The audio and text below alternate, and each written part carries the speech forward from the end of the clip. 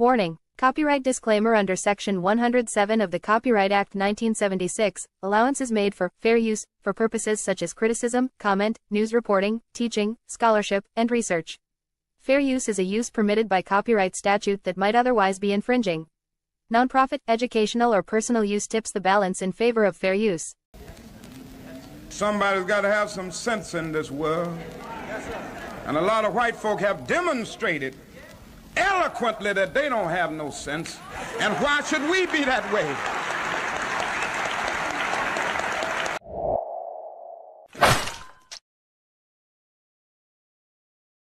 Family and friends, what it do? Welcome back to the Church of Black Power. If you're not subscribed, go ahead and hit that subscribe button along with the notification bell so you'll be notified whenever videos like this drop. Please make sure you're hitting that like and share button so we can beat up the algorithm. Make sure we get this message out to the ears that need to hear. And if you have not done so yet, please click that link in the description. Go to change.org and put your signature on the petition for reparations. And with that being said, family, first and foremost, to all my brothers, my FBA brothers around these United States of America who holds it down in the way only a father can. Salute to you. Happy Father's Day to you. And trust me when I say this, your hard work, your efforts, and everything that you do not go unnoticed. Sometimes, as men and as fathers, we may feel as if we're not as appreciated as we should be.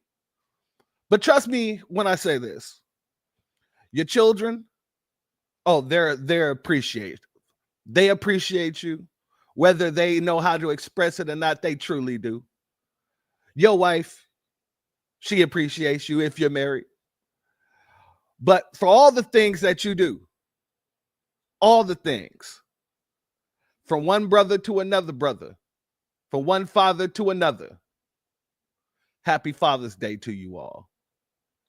Now, with that being said, I hope all of you have the relaxing day that you deserve, because this is your day. This is your day. So, you make sure you send the kids to the refrigerator to get you some juice if you need some juice. You're making sure everybody doing for you today. This is your day. This is your day to kick up your feet and just appreciate being at peace, at least for one day. Because we know the world don't want us to be at peace, don't want our children to be at peace, don't want our women to be at peace.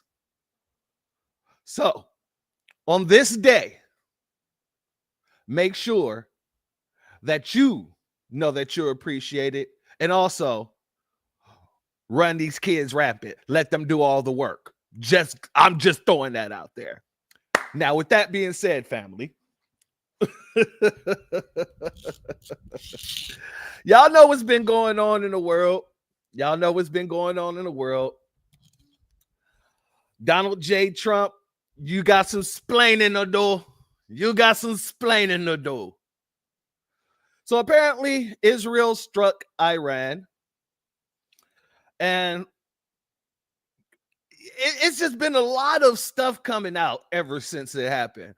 On one end, you had Trump talking like they had nothing to do with it. On another end, Trump is talking like, we stopped an assassination.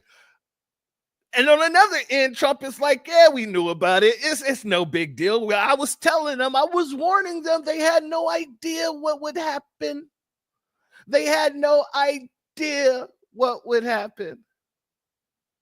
But before we get there, family, I got a little house cleaning to do. So I want to let the family know that I'm going to be putting out a series. I'm not going to tell you what it's about yet. I'm going to let that be the surprise. However, we're going to start filming on this series. It's going to be kind of a documentary style series. Green screen and everything. So I want to make sure people know. If you are a member of the channel, all of the members of the channel will be listed as producers for this series that I'm producing. It is a special thank you to each and every one of the members. It is a special thank you for each and every one of you who's been down. And it's going to release in the members only first, and then it'll release out to the general public. But I want you guys to know, if you are a member, you will be listed as a producer on this up-and-coming project. Now, with that being said, let's get to the salutes and the shout-outs.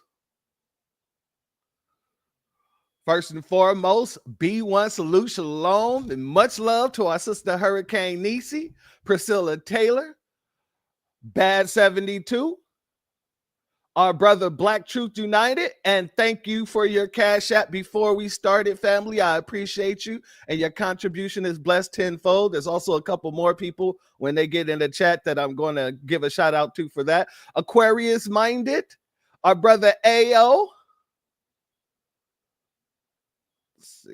our sister Angelic,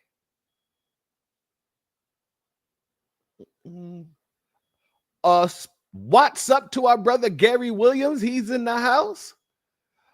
Willie McKinley, thank you for being here, family. Rashad Wallace, thank you for being here, family. Tasting Teas with Tony, thank you for being here, family. KK Speaks, thank you for being here, family. Make sure got, and our sister Stolen Ancestors 1526, shalom and salute to you, family. Mental OG, shalom, salute to you, my brother. DSB, shalom and salute to you, my brother, and thank you for everything you do for the New Black Media.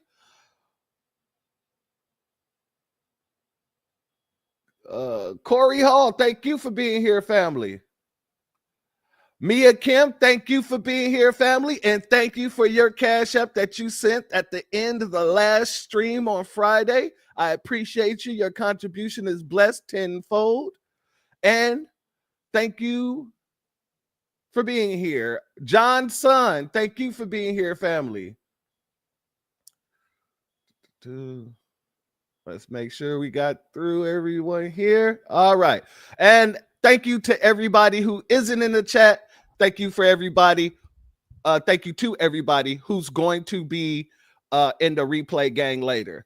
Now, let's get into this Trump nonsense, because that's what it is. Trump right now is stuck in between a rock and a hard place. Or like my grandpa used to say, stuck between a rock and a hard spot. It's just what it is. On one end, he got his own MAGAites getting pissed off, walking away from MAGA. Remember that leaving MAGA hashtag they was doing back a while ago? They're doing it now, but quietly. They're walking away from MAGA without the hashtag this time. So he got MAGAites mad at him. And then on the other end, he gave the Democratic Party and the Democrats all together. He gave them ammunition against him. And it's hilarious. For me, it's very hilarious because a lot of people just take Donald Trump's word as law. You know, if he says it, he's a man of his word. And to an extent, when it comes to business, sometimes that's the case. However, why do you think we stay on everybody's heads? Pause. We make sure that everybody, not just the Democrats, but the Republicans and the MAGAites as well, get corrections. Because we understand that a lot of these people is flimsy, wishy-washy, and all of that stuff. So, a salute to DJ Black 909. Thank you for being here, family. So let's get to the nitty-gritty. When the situation first started, Donald Trump put out this here because Iran truly believed that the U.S. had something to do with everything that happened in Iran between them and Israel. So Donald Trump says the U.S. had nothing to do with the attack on Iran tonight. If we are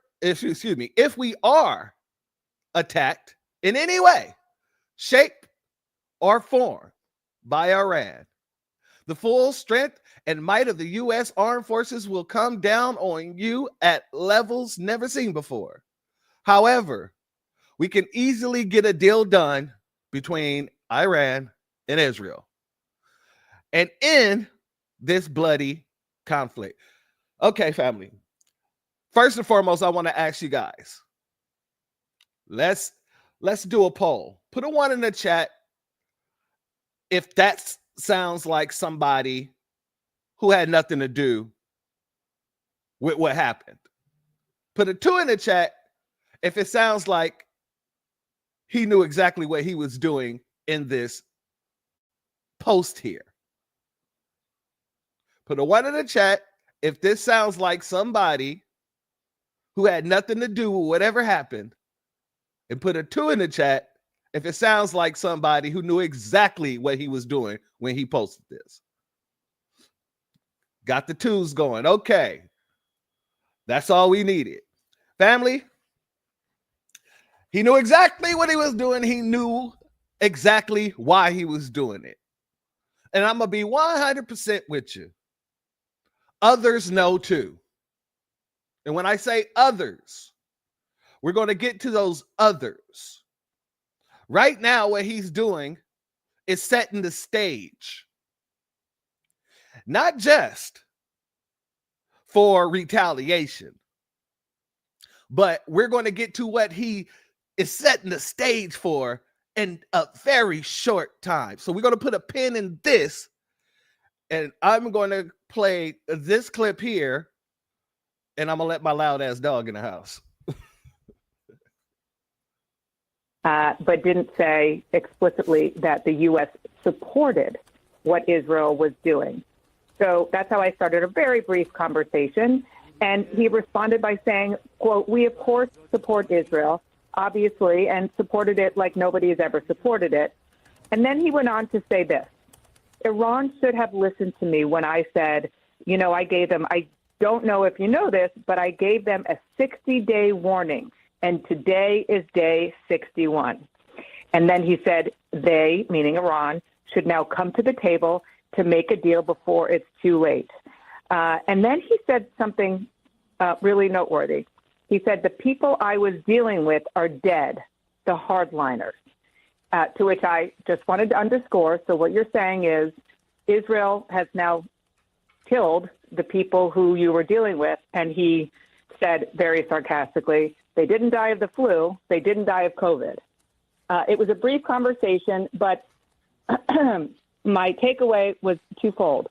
Number one, they are really hoping that instead of escalating the situation, which is what most people, our terrific reporters and analysts you've been talking to all morning, believe is possible, even probable, he's hoping that instead of that, this forces Iran to come to the table. We'll see if that's going to happen. He also, he made clear he understands that it could escalate, but he is hoping now that Israel has done what it's done, that it takes another turn and de-escalates. We'll see. It sounds like such an interesting conversation, though brief, and you hit on what seems to be emerging as one of the key questions here, especially based on what Secretary of State Marco Rubio said almost immediately after the attacks began, which was basically this was Israel acting unilaterally. It's one thing if President Trump says this morning that he supports Israel. It's another if he signed off, as it were, on the attacks yesterday. And it's still hard to tell where that line is, Dan. He definitely, I mean, it's such an important point, John. He definitely did not say, I signed off on this. Now, he might not have said, I signed off on this. But family, what does it sound like when a person tells you, hey, he knocks on your door? If I come knocking on your door as a, let's say, I'm a lawn cutter. I don't know, roofer, something like that. If I knock on your door and I ask you, I said, hey, that your roof needs to be fixed. I'm seeing, some shingles over here falling off, and I'm seeing some, tiles falling on this side here, whatever the hell that stuff's called on the roof. I'm forgetting right now, spacing. Yeah, I see things falling off of your roof. It really needs to get fixed. And if you don't fix it in 60 days, well, who knows what's going to happen? What does that sound like to you, family? Salute to our brother, Hurricane IQ. Thank you for being here. And salute to our sister, Black Spider. Thank you. And shalom. Thank you for being here, family. What does that sound like, family? Shingles. Thank you, Black. Thank you, Black Truth. I appreciate you. If I came and I told you that your shingles were falling off, I noticed that your gutters are hanging off, and you probably should get that fixed. But if you don't fix it in 60 days, who knows what's going to happen? It sounds like a threat, and not a veiled threat either. It sounds exactly like what it's meant to sound like, a threat. So with Trump saying, I don't know if you know this, but I gave them 60 days. Well, Trump, why are you giving them 60 days? I thought that you were playing peacekeeper. If you're playing peacekeeper, Trump, why are you going there giving ultimatums? That's the question I would have. Wouldn't it be Benjamin Netanyahu? Wouldn't he be the person to give Iran the ultimatum? Hey, check this out, Iran. Trump's over there trying to get a peace deal done between us. You guys got 60 days. If y'all don't do, if we don't come with a deal in 60 days, we're going to have a problem. That should be Israel saying that. Why is it the sitting president of the United States, who's supposed to be playing peacekeeper, salute to I am Kiera, thank you for being here, family.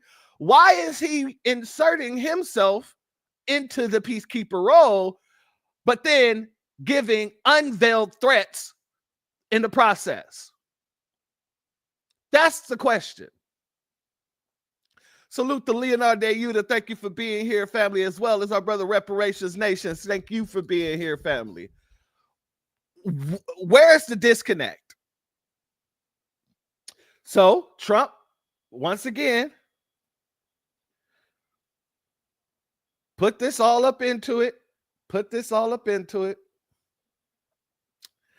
I gave Iran a chance. I gave Iran chance after chance to make a deal. Now, listen to the tone of this comment and tell me if this sounds like a peacekeeper. I gave Iran chance after chance to make a deal. I told them in the strongest of words, to just do it. Trump went over to Iran, and out of his mouth, he spits out the Nike logo. The Nike motto, just do it. Salute Dark Titan. Thank you for being here, family. Also to our brother, Wild Williams. Thank you for being here, family. He went over there and literally spit out the Nike motto, just do it, in the strongest of words. But no matter how hard they tried, no matter how close they got, they just couldn't get it done. I told them it would be much worse than anything they anticipated or was told, that the United States makes the best and most lethal military equipment anywhere in the world, by far. And that Israel has a lot of it, with much more to come. And they know how to use it. Certain Iranian hardliners spoke bravely, but they didn't know what was about to happen. They are all dead now. And it will only get worse. There has already been great death and destruction, but there's still time to make this slaughter, with the next already planned attack being even more brutal, come to an end. Iran must take a deal before there's nothing left, and save what was once known as the Iranian Empire. No more death, no more destruction. Just do it before it's too late. God bless all of you. Family, does that sound like a peacekeeper, or does that sound like a provoker? Does that sound like somebody who wants to prevent war, or somebody who is antagonizing it? The United States makes the best and most lethal military equipment anywhere in the world by far. What was the purpose of throwing that in there? What was the reason for throwing that in there? What was the reason for saying, and Israel knows how to use it, and they got more to come? Basically saying we have no problem giving them more military weapons and equipment. We have no problem making sure they have all of the equipment needed in order to deal with you. That sounds like somebody trying to antagonize a war, to instigate a war, more than anything. Exactly. Trump wants to be a dictator. MAGA said he was an anti-war. Yeah.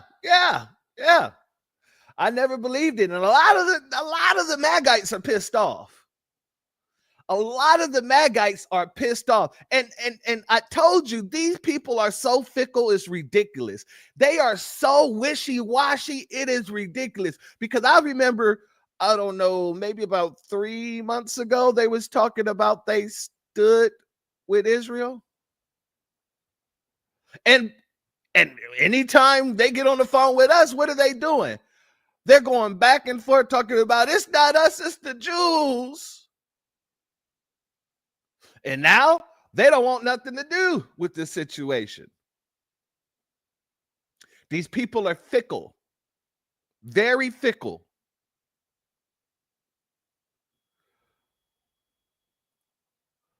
Trump's just a pawn in the game. I'm pretty sure. I am pretty sure. Benjamin Yahoo, Netanyahu, excuse me. He's pretty adamant that, he ain't worried about Trump. And when people ain't worried about the sitting down president of the United States of America, you got to ask why. You got to ask why. Let's go here, family. Because Trump was talking about they need to get a deal done. They should have got a deal done. He warned them, gave them chance after chance to get a deal done. Family, do you know that they were willing to do a deal? They were willing to get rid of all of their, they were willing to make sure they never moved on getting a nuclear weapon, but they were willing to get rid of all of their what do they have? Uranium, except for what's absolutely necessary for their people. But they was willing to get rid of all of this stuff. So what happened? Let's go here, family. Yes, we are ready. Shamhani is one of the few people in Iran authorized to speak about the sensitive negotiations. We can definitely have better relations with the U.S.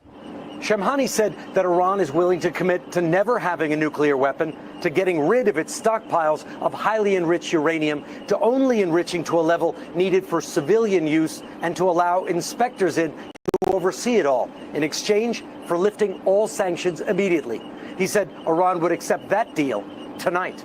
Yes, we are ready. Shemhani is one of the few people in Iran authorized to speak about the sensitive negotiations.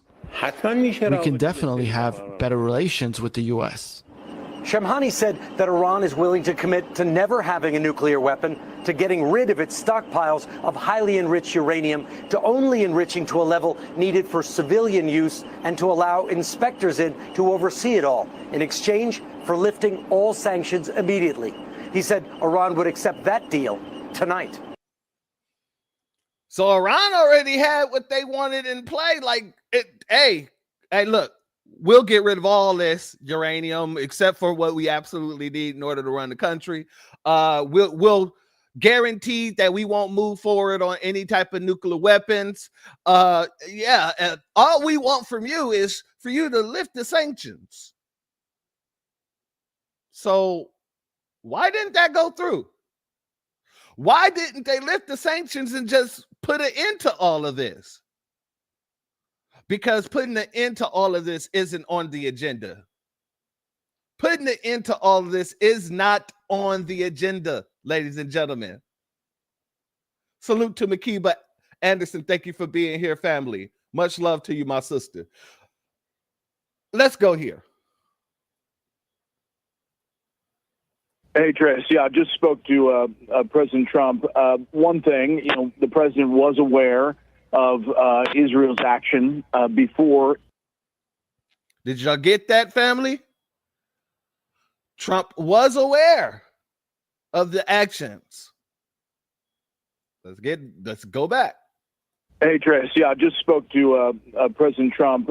One thing, the president was aware of Israel's action before it happened. There were no surprises here. But he gave me a quote. He said, Iran cannot have a nuclear bomb. We're hoping to get back to the negotiating table. We'll see. There are several people in leadership in Iran that will not be coming back. Now, the president, I know, has spoken to Prime Minister Netanyahu several times in recent days.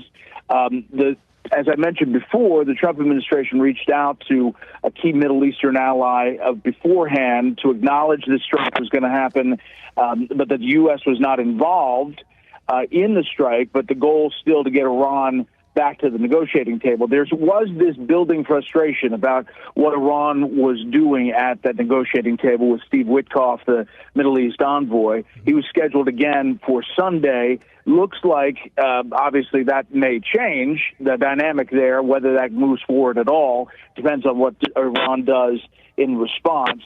The president told me he's, looking to see what the retaliation may be. CENTCOM is on high alert. The U.S. will defend will help defend Israel if needed. And as I mentioned in the last time we talked, the Iron Dome has been replenished in Israel in recent weeks. So there's still this hope in the president's sense and the people around him that this changes the dynamic for Iran and that this does not launch into what will be a back and forth. But we just saw the post from the supreme leader saying that this is the beginning of a major retaliation and that Israel, in his words, has sealed its fate. U.S. officials are confirming to us that a number of top Iranian officials, leaders, are dead after these strikes. So, family, Trump has made it very clear that not only did he know what was going on, he gave them chance after chance after chance to get this deal, even though they were willing to make a deal. All they needed to do was just remove all the sanctions. But that didn't happen, right? Salute to our family. Rosemary Gabar, thank you for being here, family. So we start off with, we had nothing to do with it.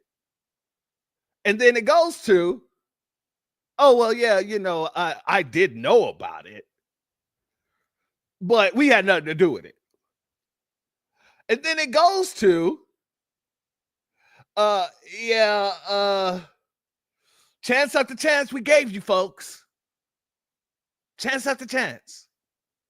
So now we're here. Right now. Good afternoon, Peter. Good afternoon, Brett. And we can now answer a question that you put to Benjamin Netanyahu that he punted on. A U.S. official is telling us just in the last few minutes since your interview concluded that President Trump did, in fact, in the last couple of days, nix a plan that the Israelis were putting together to assassinate the supreme leader of Iran. So let me get this straight. So Trump was able to nix, as the man said, their plan, the Mossad's plan, well, or Israel's plan. I'm pretty sure they would have used the Mossad, but he was able to nix their plan to assassinate the leader of Iran. Well, that must mean that you was talking back and forth. That must mean that you were involved within the planning. And that must mean that your original statement when you said America had nothing to do with it was a lie. Because you were going back and forth with these folks.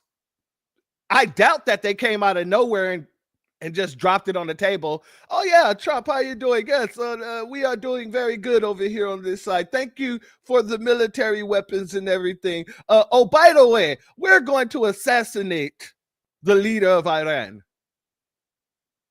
I doubt that's how that happened. I seriously doubt that's how that went down. So that must mean that you were in the conversations when these things were going down. I mean, it's dead to power right now. It's right on the table. And then you get out here and you're talking all this big rah-rah with your chest out, but you're supposed to be the peacekeeper, talking about how many chances you gave somebody, how you spoke to them in a stern voice. That doesn't sound like somebody who's trying to keep the peace. Let's be very clear about that. And then you got some people who's a little too giddy about this war situation going on, what happened in Iran. Let's go here.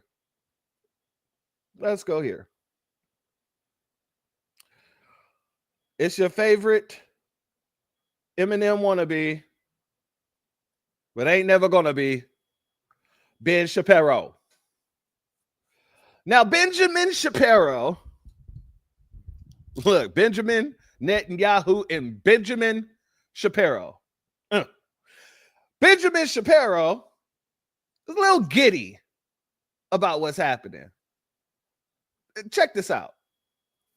It is emerging that it is rare. You know, you've listened to my show. It is very rare that I suggest that the president of the United States is playing 4D chess.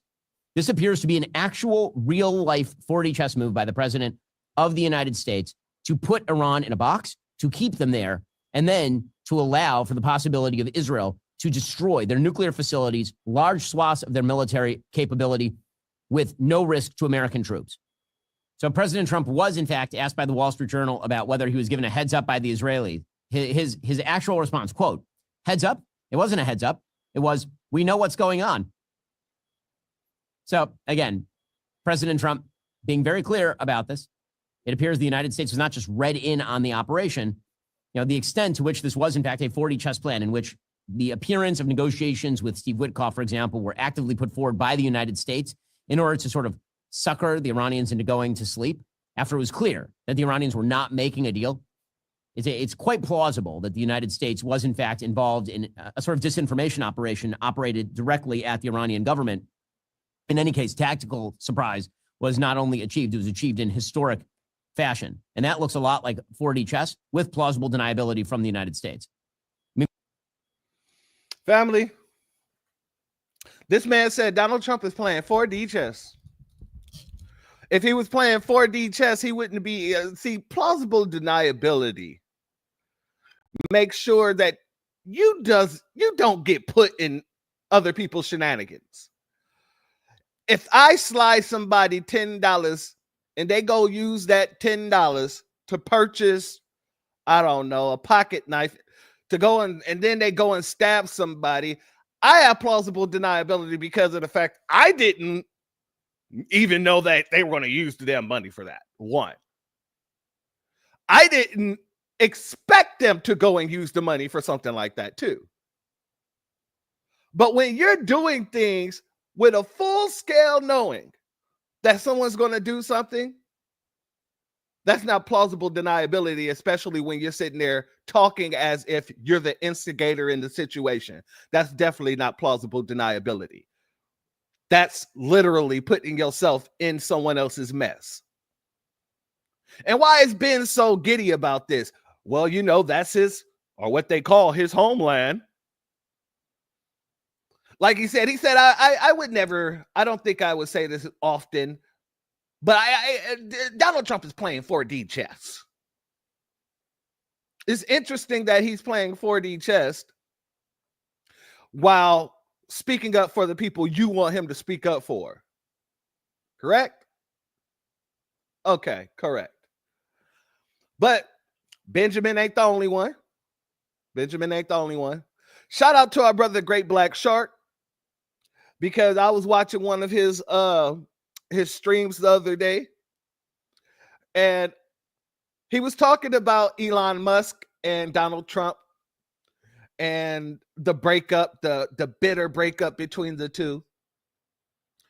And, you know, he said something that just stuck with me, and it just tickles me every time I think about it. He said Donald Trump treated Elon Musk like a bad bitch, right? Elon Musk went into the White House acting like a bad bitch. He thought all that money was going to give him access to do and basically run America for the most part. And he said Donald Trump is used to dealing with bad bitches, right? Or people who think they bad bitches. He did the same thing to Omarosa. And so he asked the question. And now I'm just going to run with it from now on.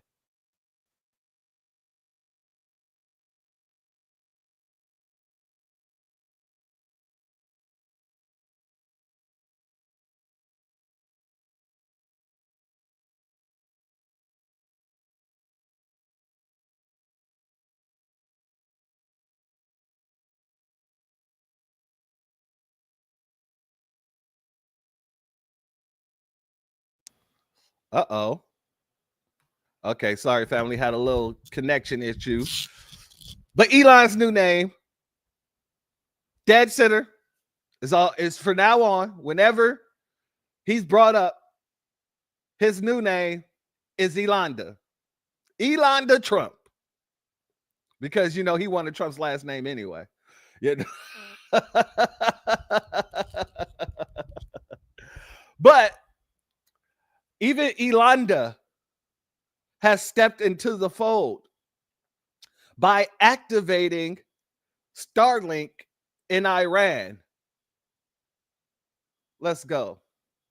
Here. Salute to still Kevin Trees. Thank you for being here, family. Oh, you already know Kevin, because god dang it, you was in the chat with me. So yeah, Elandra, you're right. Elandra.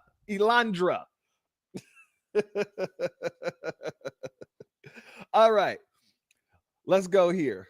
We got Elon Musk joining the fight. So now we got Elon Musk, Netanyahu, and Trump. This is like Mighty Morphin Power Rangers shit going on right now. I don't understand how nobody else is taking this too much fucking more serious than me. All I'm going to say is, unfortunately, 11 people in Israel died. A couple of children included. So, you know, my prayers go out to Israel, but also the innocent people in Iran, like on both sides. I'm not just for one side. I'm for all the good people. How's that? I'm for the good people. And people are trying to tell me that there's no good people in Israel. People are fucking ignorant. But at the end of the day, This is what Israel is looking like right now. They're not really showing too much of Iran.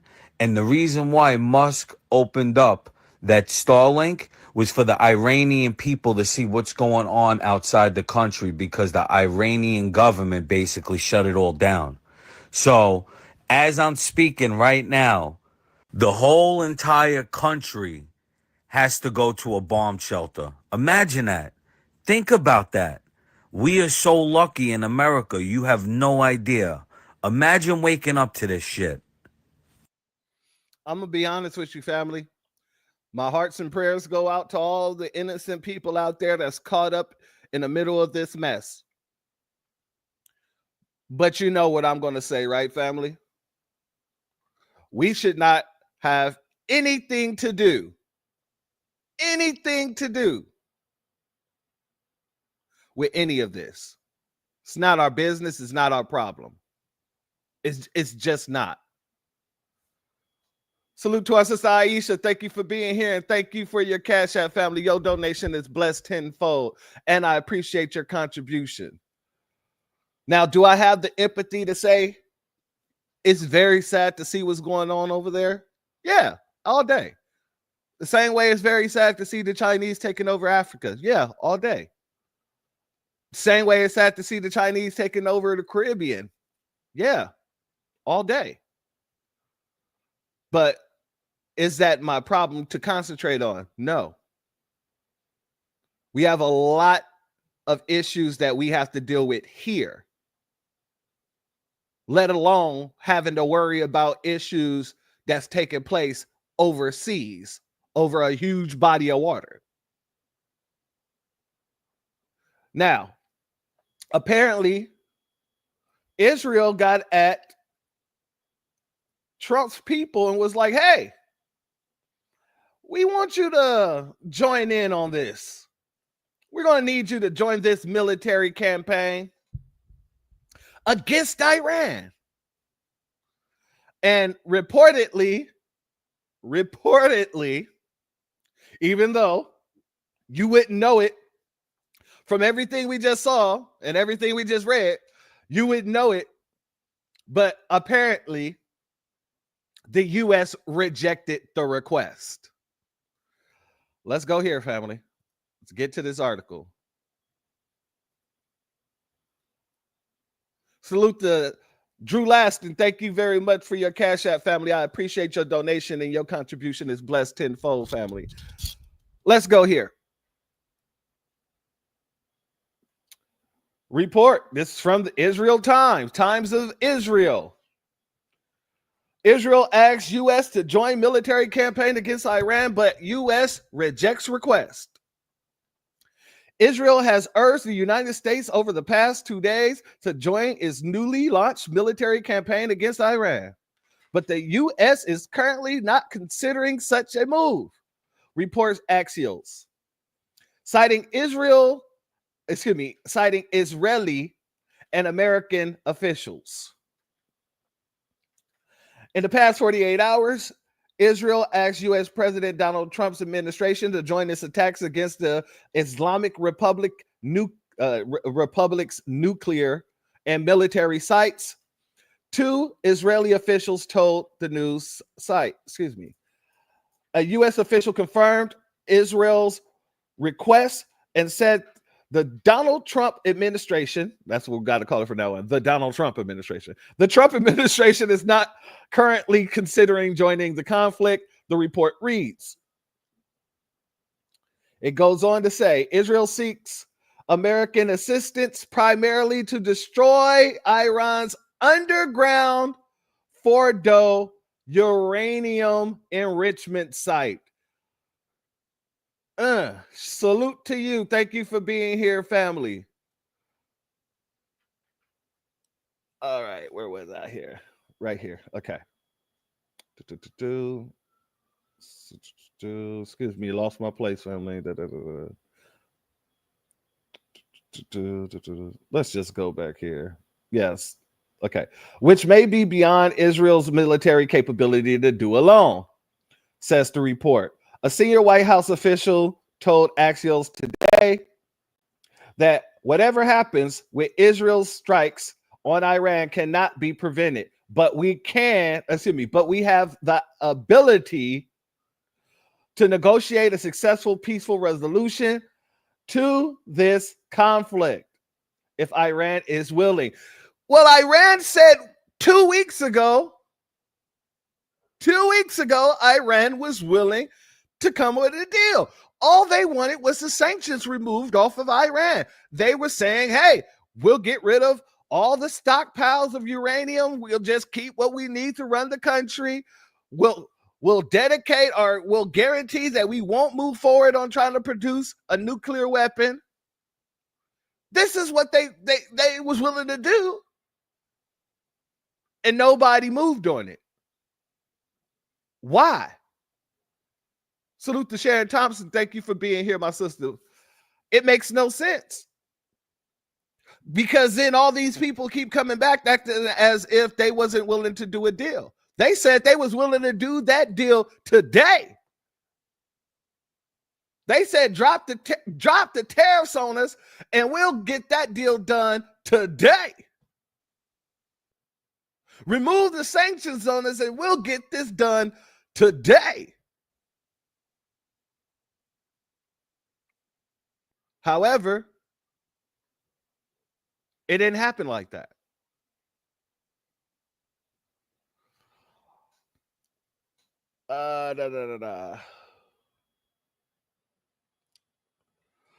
The fastest way for Iran to accomplish peace is to give up its nuclear weapon program. The report continues. They already said they were willing to do that. They already said they were willing to do that and nobody moved on it. All they wanted was the sanctions removed. Y'all could have inked that deal that day. But peace was not the priority, was it?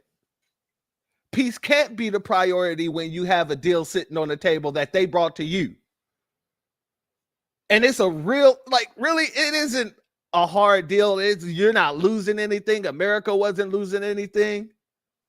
We're actually gaining by getting that deal inked, signed on the dotted line. But obviously somebody in the government, somebody within the administration didn't think it was too good of a deal.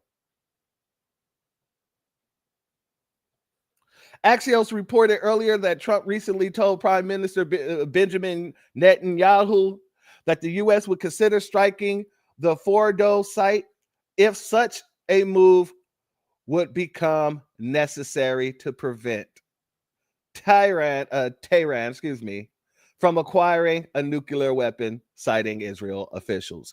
Family, when you get into the article, it's completely opposite of what the headlines say. Didn't it say the U.S. rejected the request? But right here, it says that Trump, let me make sure I highlight this. Trump recently told Prime Minister Benjamin Netanyahu that the U.S. would consider striking the Fordo site if such a move would become necessary to prevent Tehran from acquiring a nuclear weapon, citing Israeli officials. So it's completely. Okay.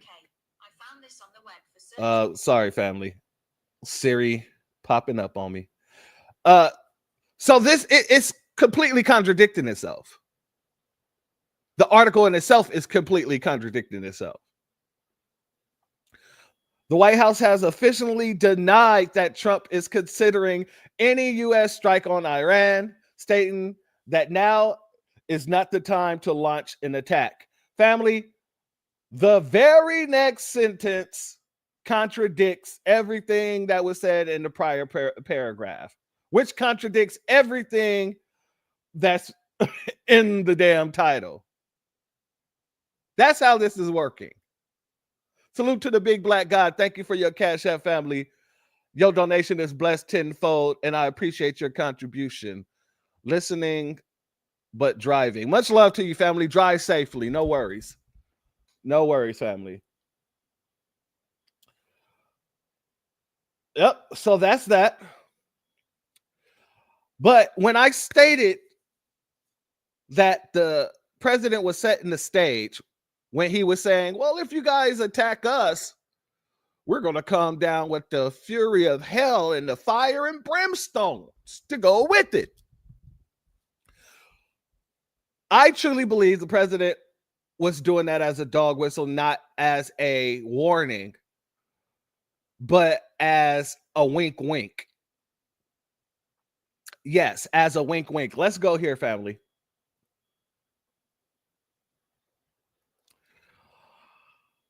Breaking.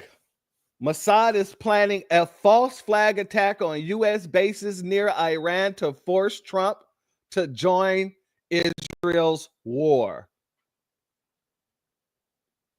Now, family, you can't put it past the Mossad because that's right up their damn alley.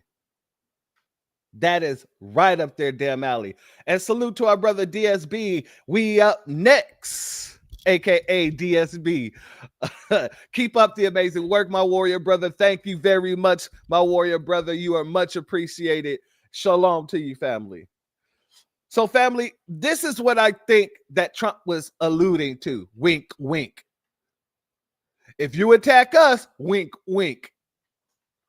We're going to come down on you with hell, fire, and brimstones. But Trump wasn't the only one that made that wink, wink. Let's go here. Your boy Ted Cruz is all over the place, giving the same wink, wink. Let me say to every one of your viewers tonight who is a person of faith, please tonight pray for Israel.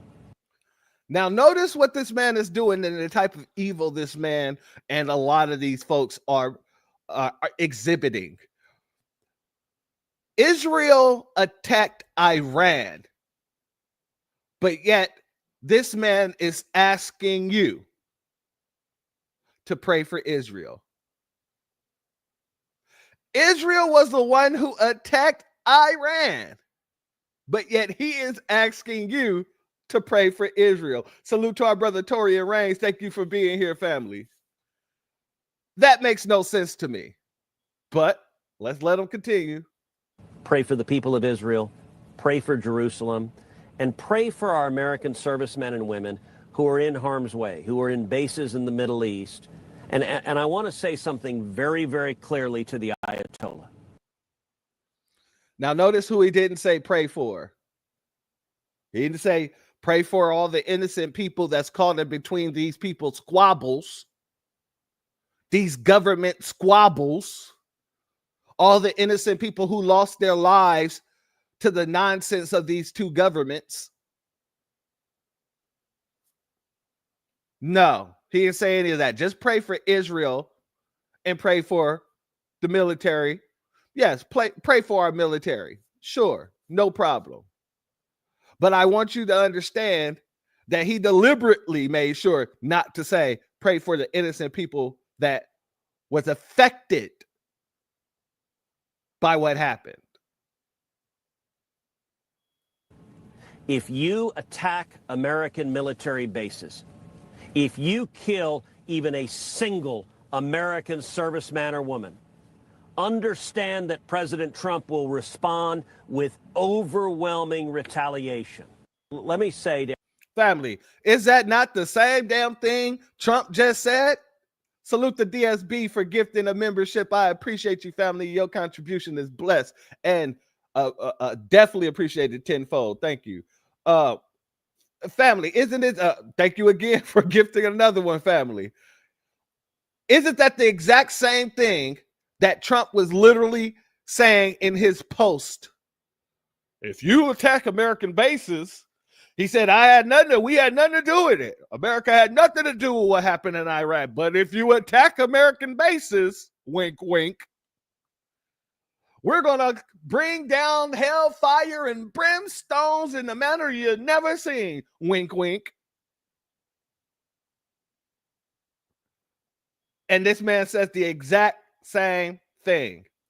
Pray for Jerusalem, and pray for our American servicemen and women who are in harm's way, who are in bases in the Middle East. And I want to say something very, very clearly to the Ayatollah. If you attack American military bases, if you kill even a single American serviceman or woman, understand that President Trump will respond with overwhelming retaliation. Let me say to everyone. Oh, yeah, that's what they're doing. They're spinning a narrative so that people would be more engaged and more, how do you say, they'll be happy to go to war with these people, basically. That's what they want. They want people to say, you know what? We got to defend Israel. These people are evil. What do they do to you? Well, they did nothing to me, but they're evil. We got to go and defend Israel. And when you say stuff like, well, what did they do? Well, they're bombing Israel. Well, Israel bombing them. What's going on? But we got to go protect Israel. It's just a nonsensical loop. It's a nonsensical loop. So that's what they really want. They really want people to do that. So they got to spin the narrative to make it look like Israel is the victim of the situation rather than being the aggressor. And I don't even know why Israel would want to be the aggressor, especially because they're at war right now with the Palestine. So now you done created two different wars. Israel's responsible for two different wars in a span of what? 3-4 years? That's interesting. Very interesting. So when you see things like this where it says Breaking Mossad is planning a false flag attack on U.S. bases near Iran to force Trump to join Israel's war, you can put a little merit behind it. Just the way they're going around speaking. The way the narrative is being carefully molded, like Play-Doh. Family, here's some narrative spinning for your ass. If you're in a major U.S. city, please be aware Iran has many sleeper cells throughout our country that have been possible because of the Democrats' open borders. But Iran is currently chanting death to America throughout the country. Because 61 days ago, President Trump told Iranian leadership that they needed to make progress towards a peace deal within the next 60 days. And as that has not happened, and Iran does not want peace, Israel, with the help of the United States, executed extremely precise drone strikes on Iran's nuclear facilities and took out... Now, family, she said, since Iran don't want peace, salute to Opal Ivy. Thank you for being here, family. She said, since Iran don't want peace, first and foremost, they already said, hey, waving big old hands. If you get rid of our sanctions, we'll make sure we don't get no nukes going. We'll make sure to give up our stockpile of uranium. But yet, the deal was never done. And why wasn't the deal ever done? Because peace is not the goal. Out many of Iran's top military leaders. Iran does not know peace. Iran does not want peace. And President Trump has warned them that if they strike back, we will strike back extremely hard, and there will be extremely dire consequences. Iran has been building nuclear weapons, and if they get a hold and accomplish these nuclear weapons, make no mistake, they will use them on Americans. They are currently chanting death to America throughout the country. Regardless of how you feel about Trump, Netanyahu, Israel, MAGA, whatever, I think we could all together collectively agree that Iran getting nuclear weapons is bad for everyone. They are a terrorist capital of the world who exist to see the West fall. Notice how she's laying that terrorist thick. laying it on them thick.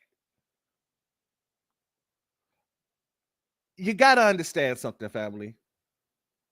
If you want to speak about terrorists, from what we've seen in the past few years, I would have to give that to Israel. I'm going to be 100 with you. They start these wars and then try to pull us into these wars. How do you start a war with one country that's near you? You're way across the world. You start a war over there and then turn around and go to a country that's way across water, way across the ocean, and beg for material so that you can sustain that war. And then you start a war with a whole nother country. Just bomb them out of nowhere. Because you said you don't want them having nuclear weapons, and then run to the other country once again across the seas and beg them to participate within that war that you just created. What kind of sense does that make? It's foolish. So I would say that they are the terrorists. I'm going to be 100 with you. And I ain't got to pick a side to say that. Let me tell you, all right, let me put it in a way that, you know, people can take it outside of the constructs of global situations, right? Let's bring it closer to home, right?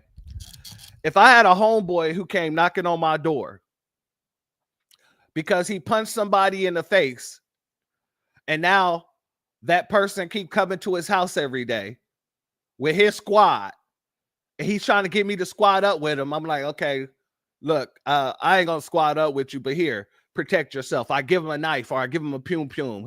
Go protect yourself. And then he comes knocking on my door the next day and said, hey, I punched my other neighbor in the chin, and now they're coming after me too. I'm going to need you to squad up with me. And that's exactly what it is. This man's going around punching his neighbors and then flying across the ocean, coming to us saying, hey, I'm going to need you to squad up with us. That's basically what's happening. And they expect us to jump in. Let's continue. Do not want peace, and they do not value life the same way that we do. They are seeing the United States position. Well, that's subjectable because you're not a part of their culture to know what they value. That's highly subjectable. That's you looking at them and saying they don't value life as much as we do. You don't know the people to say that they don't value life as much as we do. I'm just being fair here. I don't have a dog in the fight, but we got to be fair here. It makes no sense to just put this on them like they just have no humanity. And I'm not saying they do. Not saying they don't. But from what this woman is saying, it's very subjectable.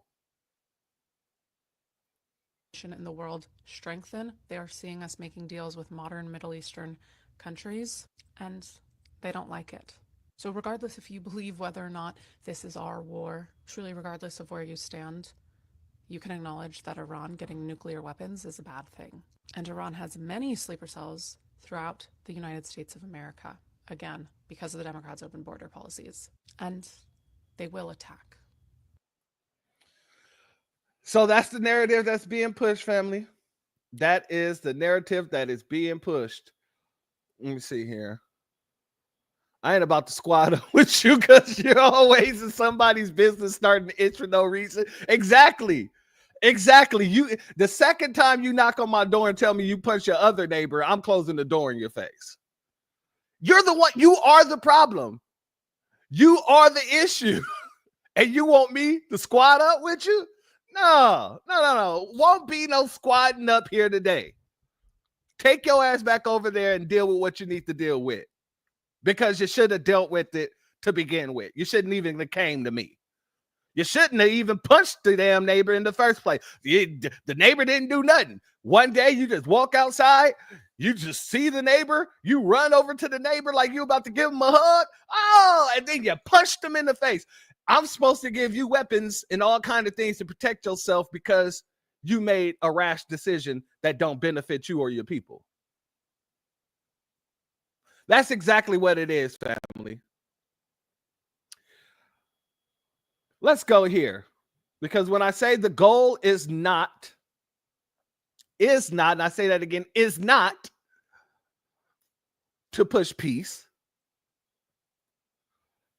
Family, how many of you know who Bill Ackman is? Yes, he's a hedge fund manager. He's also a billionaire. Why is he relevant here? Well, Bill Ackman, he's actually one of Trump's loyal donors. So what did he think about this whole scenario happening over in the Middle East?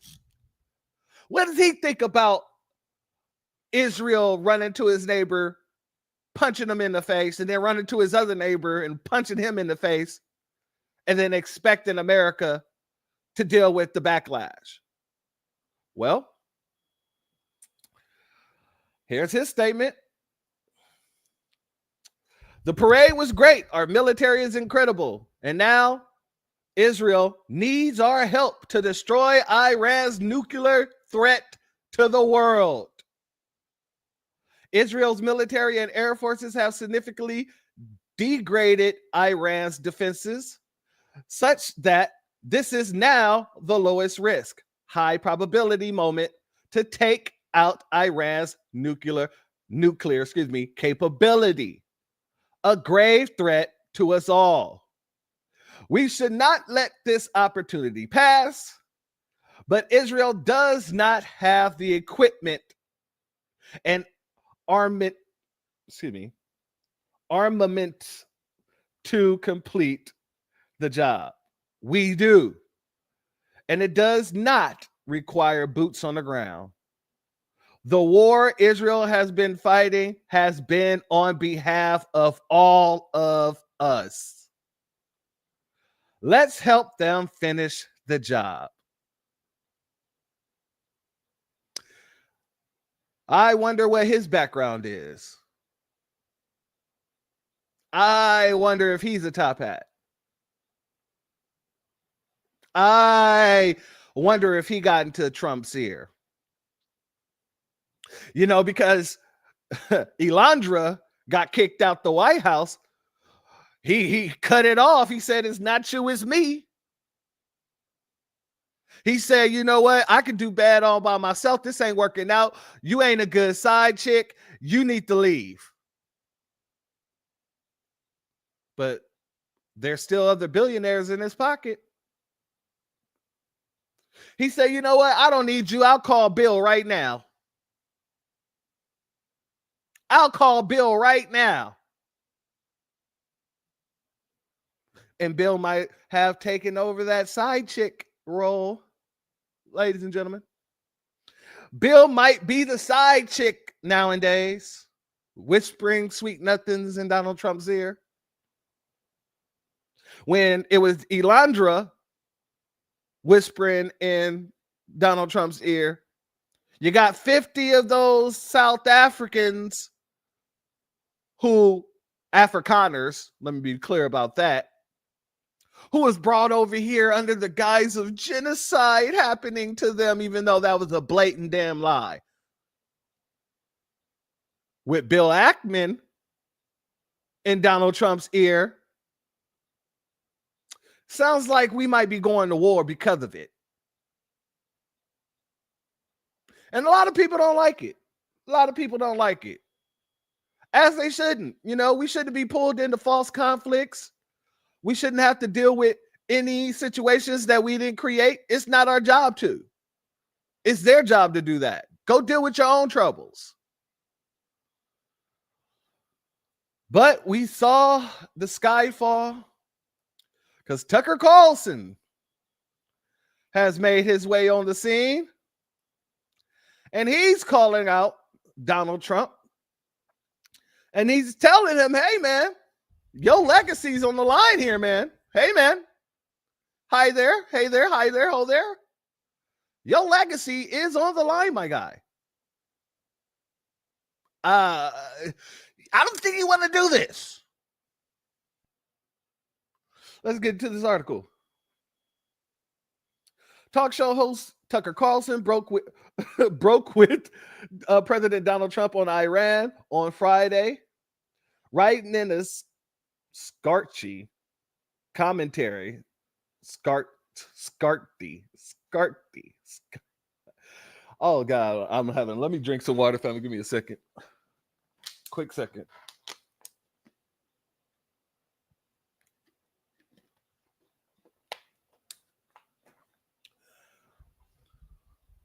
Scathing, excuse me. Jesus Christ. Commentary in his daily newsletter that the United States should drop Israel and let them fight their own wars. If Israel wants to wage this war, it is every right. It has every right to do so. Excuse me. It is a sovereign country and can do as it please. Carlson wrote of Israel's preemptive strikes on Iran nuclear facilities, but not with America's backing. But not with America's backing. Salute Cooking with Miss D. Thank you for being here, family. Let me get this here because I am losing parts. All right, there we go. Trump, for his part, has endorsed Israel's attacks, which he called very successful. Very successful? I thought you were playing Peacekeeper. Okay.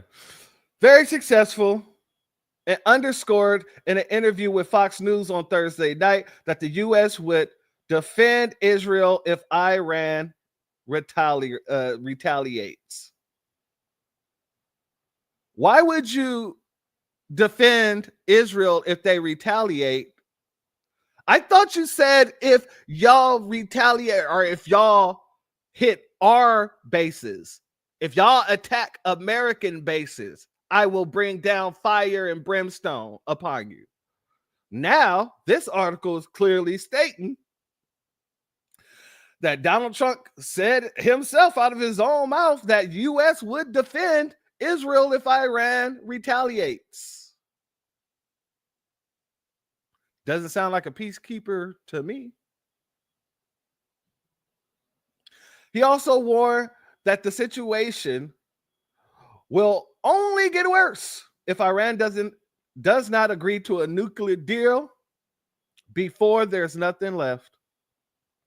In recent days, Carlson has argued that fears of Iran obtaining a nuke weapon in the near future are unfounded and said the war with the Islamic Republic would not only result in thousands of American casualties in the Middle East, but amount to a profound betrayal of Donald Trump's base and effectively end his presidency. Effectively end his presidency. Carlson reiterated that claims in his newsletter accusing Trump of being complicit in the act of war through years of funding and sending weapons to Israel. Direct U.S. involvement in the war with Iran, he said, would be the middle finger in the faces of the millions of voters who cast their ballots in hopes of creating a government that would finally put the U.S. first. What happens next will define Trump's presidency, he concluded. Family, when you got Tucker Carlson being the voice of reason in this, and I don't even want to say the voice of reason, just, sounding more reasonable than Trump do. You got to start looking around and seeing whether or not we went into a vortex or a portal or something. We got transported to a different reality. And that's given the left some ammunition. Let's go here. Tonight, MAGA divided. Donald Trump's support for Israel's actions against Iran is splitting his own base, pitting Israel hawks against those who fear the United States is being pulled into an even bigger regional fight. But remember, when the president campaigned on this message. I will stop the chaos in the Middle East, and I will prevent World War III. I'm going to keep us out of World War III. We're not going to have World War III, but I will prevent World War III. Former Fox host Tucker Carlson sent Trump a stern warning this morning in his newsletter. Quote, the United States should not at any level participate in a war with Iran. No funding, no American troops, no troops on the ground. Drop Israel. Let them fight their own wars. What happens next will define Donald Trump's presidency. Ashley Allison and Pete Seat are back at the table. Ravi is also back with us as well. So, Pete, this is an inevitable divide playing out in MAGA world where Trump, you know, he told them he would end all the wars, and now he has not ended all the wars. Well, it's inevitable because there is an element of the MAGA base that is divorced from reality, and that is. Yes, that's true. But there's also the Democrats who are divorced from reality. So I find it very, very hypocritical that someone would say that MAGA got a strong group that's divorced from reality when you got a bunch of people running around here trying to convince Black Americans to stand up for a bunch of illegals because they're getting deported.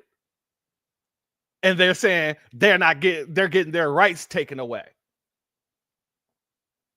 So yeah, you got to take everything these people say with a grain of salt because they can see it when it's on the other side of the fence. But they can't see it when we're saying it. When it's us saying these things, people act like they're deaf, dumb, and blind. But when it benefits their party, all of a sudden, now everybody understands that some people are delusional. That is the reality of leadership. They've never read an intelligence briefing. They've never sat in the Situation Room. Donald Trump has had the benefit of doing that. The most consequential decision they've made is choosing Crest or Colgate. And so they don't understand the importance of these decisions, nor do they embrace the burden of American leadership and being the world's lone superpower and having the largest economy. And it's just, they're clueless. Argue that also describes what Donald Trump campaigned on. I mean, he campaigned on getting out of, Iraq or getting out of Afghanistan in his first term. Then Ukraine hasn't happened. Then stopping the Gaza war hasn't happened. He has been the one who has fed, if it's a delusion, he's fed the delusion. I think he's very good at sort of spotting the mood, and I'm a Crest man, by the way, but I think, in as much as there's a constituency on the left and the right that really does want to end all of these wars around the world, Trump wants to cater to that. He is also, I think, looking at this moment and saying, well, Israel's taking out Iran's nukes. This is actually quite popular in the region. It's popular in the United States. It's a win as well for a wing of his party. So why not milk some of that? I think he's just looking at each faction and how they're reacting and seeing what he can get out of it. And I think this is what we've been missing for so long as Republicans is leadership.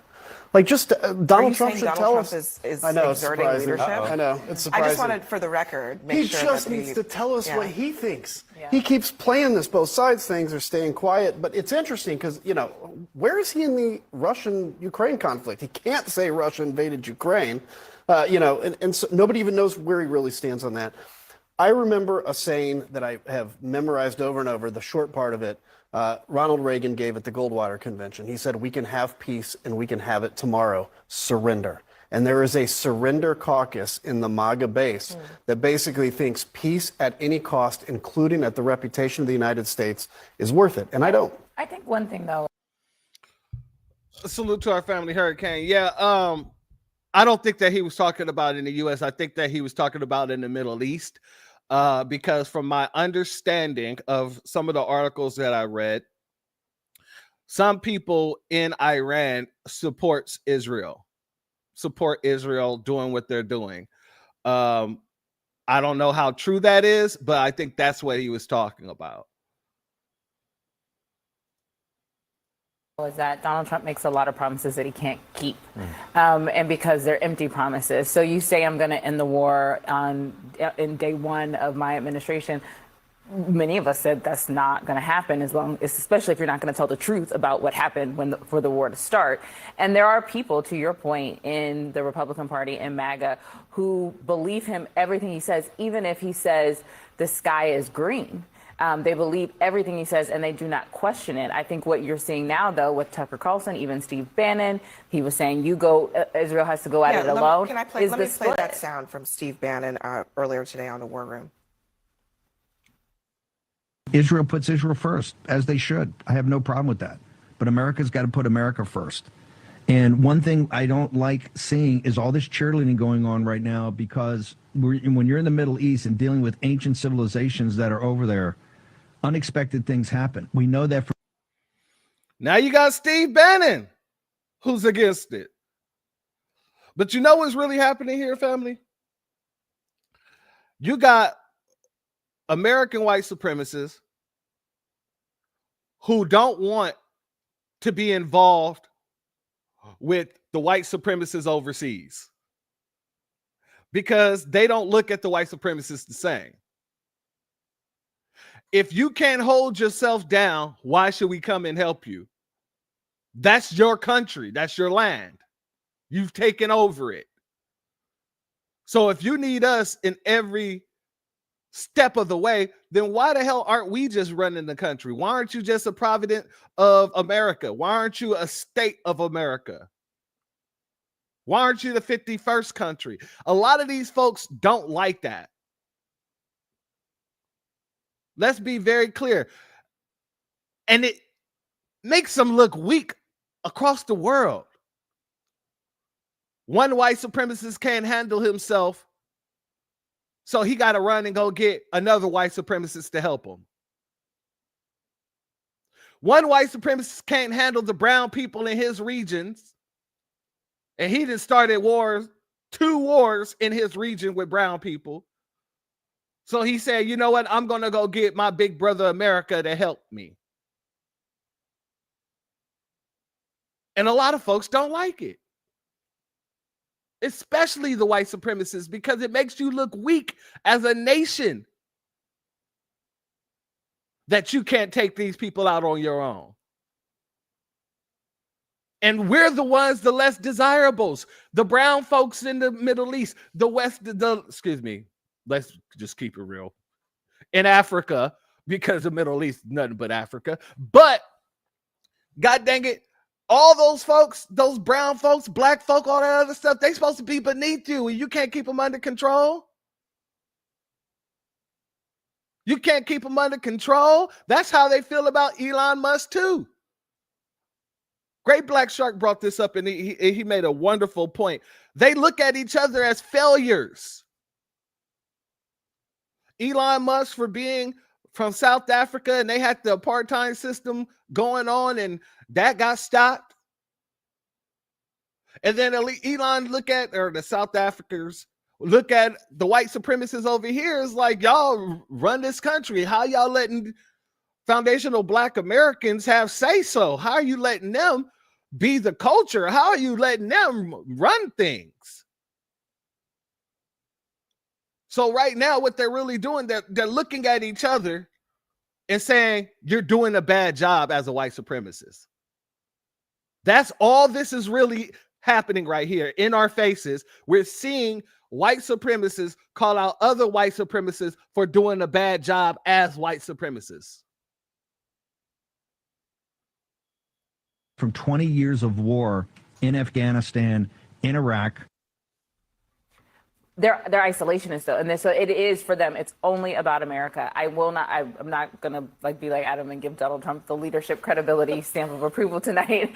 Not that I think that's what you were doing, but I gave him the lack of it. Okay, right. But I think Donald Trump is not stupid, and he knows that what happened last night, which is why they put the statement out they did last night, saying we did not support this move, and now is backtracking. Even that, saying last night one thing and then today flipping the script. It's whatever he thinks at the end of the day will suit him better, and I'm not even sure it's what will suit America better. Pete, what do you? Like I said, family, there's a lot of hypocrisy there because it's funny that they could see that when Donald Trump is in office. They couldn't see it when Biden was in office, though, huh? Yeah, when Biden was in office, they didn't see none of the backtracking. They didn't see none of the lies, none of the promises that was broken, none of that. Whatever happened to the police accountability? Wasn't that supposed to be a thing? It was supposed to be a presidential level police accountability. And then he got in office. Congress is going to have to take care of that. Let Congress do it. So it's very, very interesting to me that you see one side but never the other, and the other sees one side but never their side. It's always up to us to call these folks out for being the same damn people. Or the same bird, just with two dirty ass wings. But the wings are still the same bird. It's still on the same bird. They still flap together. They can't fly. A bird can't fly with one wing. A bird cannot fly with one wing. So they work with each other all the time. They are each other. Just I guess I don't want to say bipolar, but the polar opposites, not the polar opposites, but the polar sides of each other. That's it. They still think the same. They still act the same. They still move the same type of policies. Let's be honest about it. Let's be very clear about that. Now let's get to some of the backlash, family. Let's get to some of the backlash because a lot of folks is calling out Donald Trump for this statement that he made. Now it says, President Trump claimed that since he developed the term American first, he has the authority to decide what it means, whether that involves war or peace with Iran. For those people who say they want peace, you can't have peace if Iran has a nuclear weapon. So for all of those wonderful people who don't want to do anything about Iran having a nuclear weapon, that's not peace. Trump, in fact, did not develop the term American first.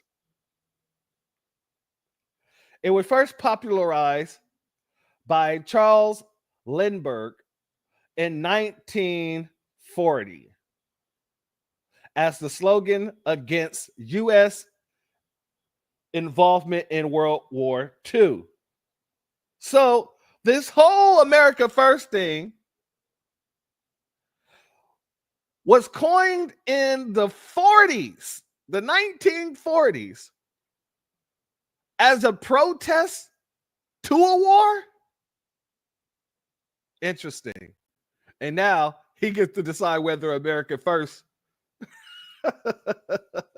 includes peace with Iran or not. Very interesting.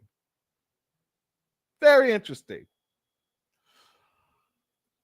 Let's go here. Regardless of whether or not Trump thinks he can reframe America First to include war with Iran, he obviously can't.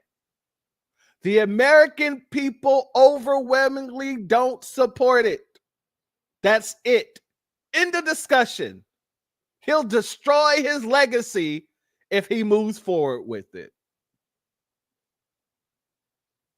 You see, family, the general mass population are the only ones who's under the disillusion that because the whole of the country thinks one way, that the government's going to move in the way that they think. Family, that's called democracy. Democracy, by definition, means what? Majority rules. So if the majority of the people say they don't want reparations in a democracy, they would deal with that accordingly. Well, since the majority of the people don't want it, we're not going to do it. Good thing we don't live in a democracy. We live in a republic. That's what America was founded on. The republic. And so it is not majority rules. Let's be very clear about that. So what everybody is running around here screaming and crying about, we don't want reparations. It doesn't matter whether you wanted it or not. Y'all didn't want us to have, god dang, the civil rights bill. Go back and look in the past and look at some of those old videos of all the different non-black folk that was talking about they didn't think we deserve civil rights. And I'm not just talking about white folk. I'm talking about Mexicans too. You could go back. It is in 4K. Well, maybe not 4K, but it is on the TV screen. That was televised. But we got it anyway. Why? Because we are not a democracy. We are a republic. And the way we move business-wise is the same way the government tend to move business-wise. Why would I, as a person running a business, give a damn about how somebody who just walked off the street, someone just came into my business and told me how I should be running it? Why would I listen to that person? Especially if that person have no business, especially if that person is not an entrepreneur, especially if that person never taken a business class, a marketing class. Why would I listen to anything that person has to say about it? And the founding fathers agreed that the American public was too stupid, their exact words, was too stupid to just be a direct democracy. So they had to put safeguards in the foundation to make sure that the American public didn't destroy itself under its own stupidity. Because man is flawed. Oh, yeah. You go back and read all the things that Thomas Jefferson was writing, Benjamin Franklin was writing. Go back and read all of those, like, just why they did what they were doing. And it is very clear. It was to protect America from its own stupidity. This is one of the reasons why it is so hard to change anything in the Constitution or add anything to the Constitution, because they put safeguards in place to make sure it is a very stringent process. It is a very complicated process. This is why you don't see people running around talking about, we got to change the Constitution. We got to remove the Constitution. That takes so many steps to do. To add or remove something to the Constitution, to amend the Constitution. And then if you are able to pass an amendment, it has to be ratified by every state.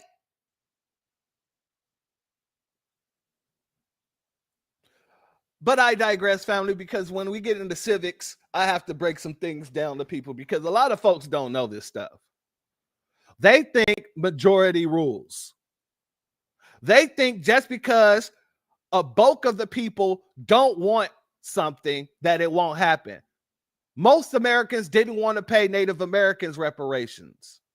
They were against that. In the very same way they were against paying foundational Black Americans reparations.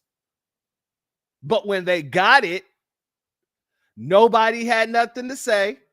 They've been keeping their mouth closed for hundreds of years while they've been getting these reparations.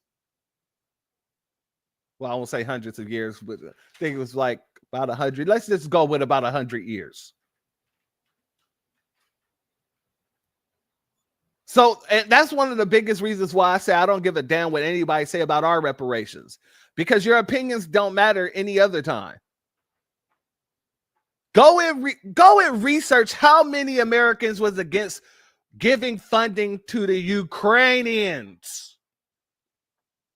More people was against giving funding to the Ukrainians than it is people who's against reparations in America.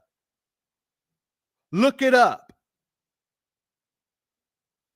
Let me say that again. More people were against giving funding to the Ukrainians than it was people who's against giving reparations to foundational Black Americans. But they did it anyway. Look at how many Americans are against APOC and how they do business and how they fund politicians. But guess what? APOC still do it. Let's be very clear on this. People's opinions don't matter here in America unless you're a foundational Black American. Let's be very clear about that. Let's be very, very clear about that. Because we move the culture. However, if the government wants to do something, it's going to do it. Period, point and blank. I'm not here to play around with you. I'm here to give it to you straight. It don't matter if everybody in America got together and said, we don't want this. If Donald Trump says, I'm going to do it, he's going to do it. If any president says, I'm going to do it, they're going to do it. Regardless of what the mass population think about it. That's just the fact of the matter. A lot of these folks, it'll behoove them to learn that and learn that quick. But let's go here, family. Can somebody explain to me what Netanyahu and Israel are thinking? Because I don't know what they're doing at this point. Are they really trying to get Israel destroyed? Do they really think with everything they're doing in Gaza and now attacking Iran that it's not going to start to turn the world against them? I understand trying to stop Iran from getting nuclear weapons, but there are other ways to do it, not to start a greater war in the Middle East. I don't know. Somebody explain it to me because I don't get what they're doing. Oh, well, I get what they're doing. What they're doing over there is having a little spat, trying to take over some things and trying to pull us into it. That's all you need to know. That's all that is. And you got a lot of folk who are willing to get pulled in because it's not them that's on the line. They're behind their nice little gated community. And they don't have to go out into the streets like we got to go out into the streets. Let's be very clear about that. They ain't got no people in the army that they have to worry about. They ain't got no Marine people in their family. that they have to worry about. That no. They don't have any of that. Salute, AB. Thank you for being here, family. They don't have any of that. So they're willing. Salute, JJ. Thank you for being here, family. So they're willing to send our folks to war because they know that they're not the people that's having to fight the war. That's just that. That's exactly why they're doing it. And again, it's all about money, greed, and power. That's what it all boils down to. Let's go here. I'm telling you, the Magites are pissed. Well, Israel fucked us all. Everything Trump has worked for up to this point, it's all going to go down the fucking tubes now. Gas prices are going to go up. Oil's already shooting up. And if you thought we were staying out of this, nope. Our Navy destroyers are right now intercepting Iranian missiles headed into Israel. Iran's got an unlimited amount of fucking cruise missiles to shoot at these motherfuckers. All old tech. They've already worn out Israel's Iron Dome. It's not working. Iran is hitting residential buildings inside fucking Tel Aviv. And you'd be like, whoa, why are they doing that? Because somebody built their military bases underground underneath these residential buildings. You know, that whole, oh, they use human shields, so we have to kill those people. And then Israel's going to act all the victim because they are woefully fucking outgunned here. Iran is 3 times the size of what Iraq was. This is no fucking pushover country, and they're not a fucking terrorist country either. Like, people need to stop fucking saying that shit. That's CNN and Fox News saying that shit. The same motherfuckers that told you all to wear a mask and that shit was safe and effective, and you fucking bought that shit too. I fucking do not have good hope here. Family, didn't he just say what I just said? About them not being terrorists? Well, I don't know. I'm saying that they're going around trying to put the terrorist label on them. I can't personally say that they're not terrorists, but that's basically what he just had to reestablish here too. Hold on. Outgunned here. Iran is 3 times the size of what Iraq was. This is no fucking pushover country, and they're not a fucking terrorist country either. Like, people need to stop fucking saying that shit. That's CNN and Fox News saying that shit. The same motherfuckers that told you all to wear a mask and that shit was safe and effective, and you fucking bought that shit too. I fucking do not have good hope here. There are too many people on the right that fucking just, fucking Israel, our greatest ally. Dude, and I'll tell you why I fucking am losing hope. Because how many fucking people on the right who fucking knew better, who still took the fucking jab, who still wore a mask every day because they're like, oh, well, I just didn't want to fucking put up with the bullshit. Yeah, and then look what fucking really happened. That is a bullshit excuse. The excuse for fucking weak people. Fucking shit. Now here we go. This is just going to escalate and escalate. Israel has no chance of holding off fucking Iran without the U.S. help, and we're already in there. We're already in there shooting down their shit with, and they're gonna fucking, all the fucking Navy ships that have been pulled back, they're all being brought back in, dude. Trump, you just got fucking played by Benjamin Netanyahu, and you fucked this whole fucking thing all to fucking hell. And Israel will be saved for last. No, that's fucking CIA bullshit too. Like, fuckers need to fucking get with the fucking program and stop listening to fucking dumb fucking people who've been wrong about everything our entire fucking lives. This is Iraq all over again. There were no weapons of mass destruction in Iran, and they weren't 2 weeks away from, it's been the fucking, they're 2 weeks away from building a bomb. That's what they've been fucking saying since 1982. When Iran got pissed off because Jimmy Carter fucking pulled some shit and the CIA pulled some shit. That's why Iran's pissed at us. Do you know why Iran took our hostages back in the fucking 70s? Because fucking Jimmy Carter. Jimmy Carter started that shit. Iran just didn't out of nowhere be like, what the fuck, USA? And start calling us the devil. No, it's because our CIA is constantly over there fucking in their shit with Mossad and the fucking goddamn Jews. Instigating bullshit. We are all fucked. Usually it's optimistic. I want to be, but I can't. Not on this. I have to be realistic. We're all fucked. We're all fucked. This is all fucked. Family. Did you see his crash out though? Let me have this caveat. Let me interject this caveat in. As funny as this crash out was, there was real points in there that was factual.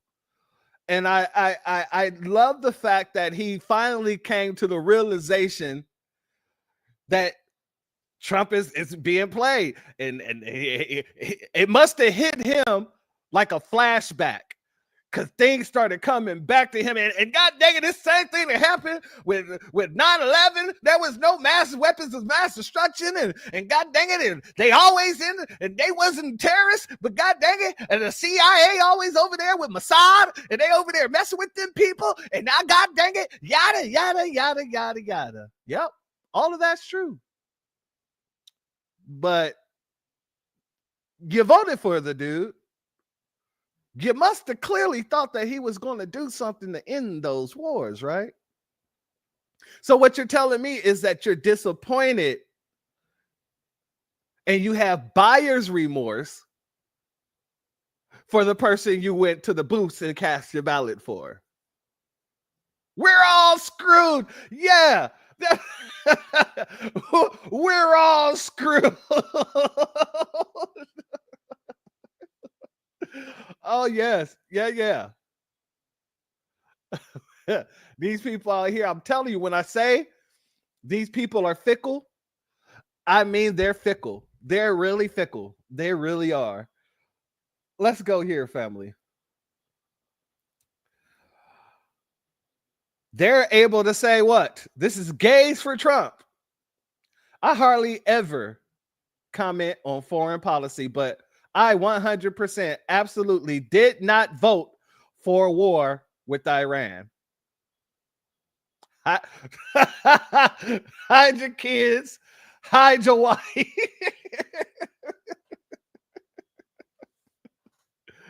Oh my.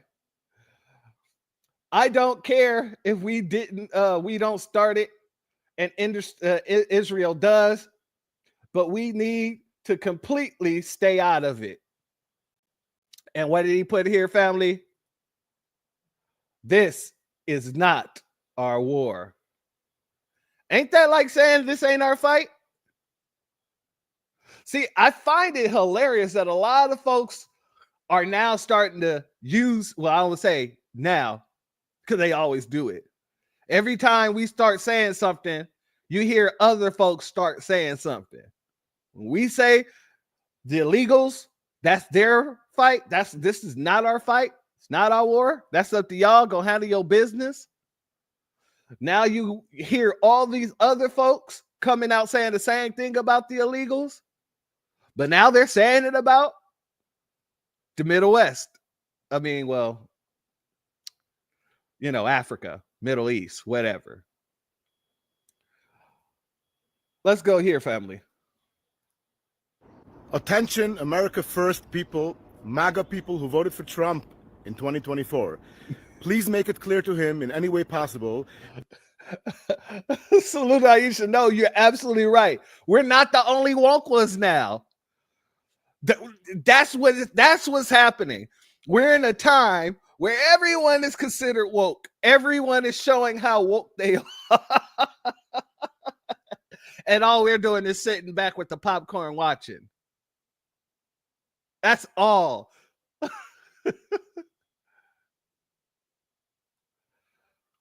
Did they not remember when Cheese Puff got into with the Iran in his first term?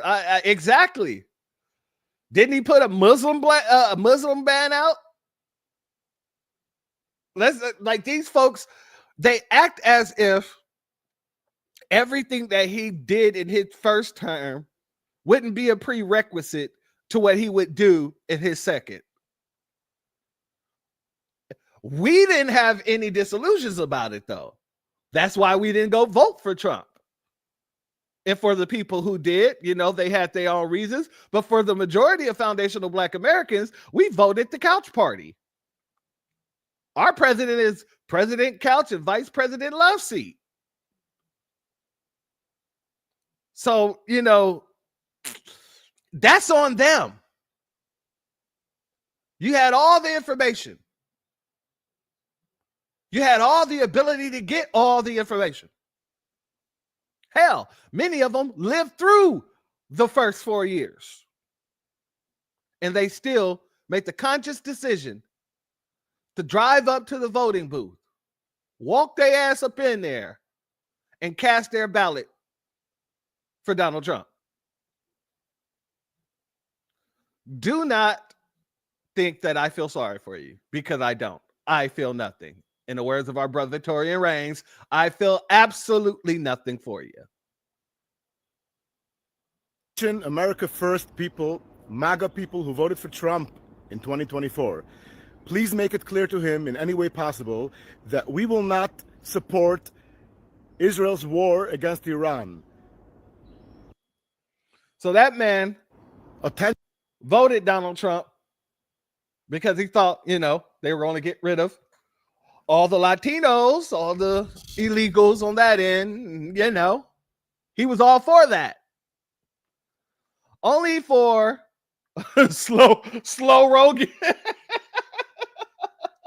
That's good. That's damn good. Only for his vote to go towards his native country getting bombed by Israel with the, wink, wink from Donald Trump. You can't make this up. Like I said, the Most High wrote this script with his own hands, because you cannot make this kind of content up. You just can't. Now, that's the one side. That's the rock. That's the rock. Let's talk about the hard spot that pause that Trump has put himself against, in the middle between the rock and the hard spot.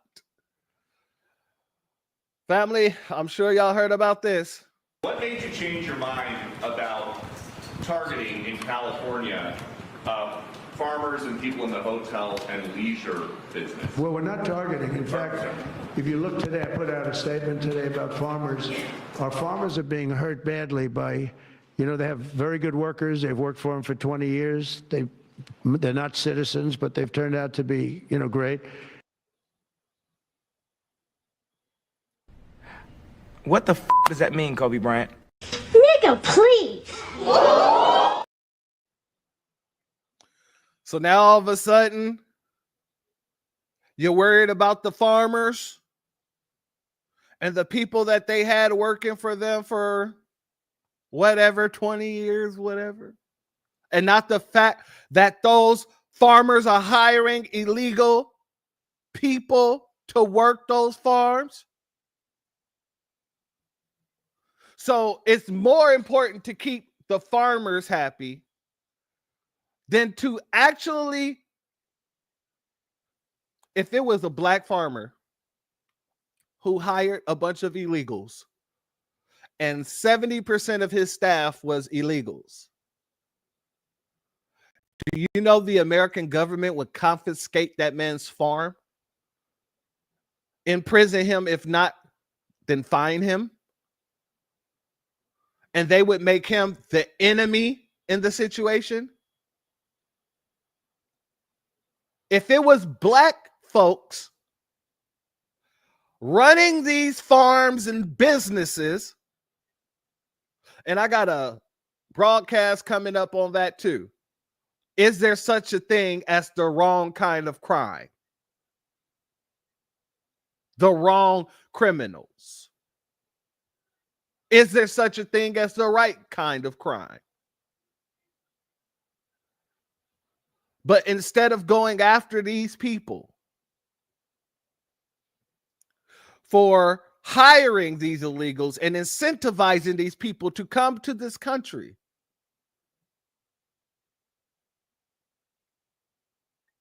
you want to make it easier on them.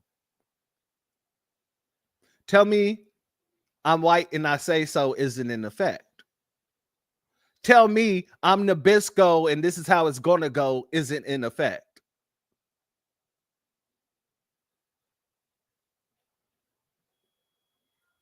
And we're going to have to do something about that. We can't take farmers and take all their people and send them back because they don't have maybe what they're supposed to have, maybe not. And you know what's going to happen and what is happening? They get rid of some of the people because, you know, you go into a farm and you look and people don't, they've been there for 20, 25 years and they've worked great and the owner of the farm loves them and everything else. And then you're supposed to throw them out. And you know what happens? They end up hiring the people, the criminals that have come in, the murderers from prisons and everything else. So we're going to have an order on that pretty soon, I think. We can't do that to our farmers and leisure too, hotels. We're going to. Remind me again, family. What kind of businesses do Trump own? Isn't Trump like J.D. Pritzker when it comes to hotels?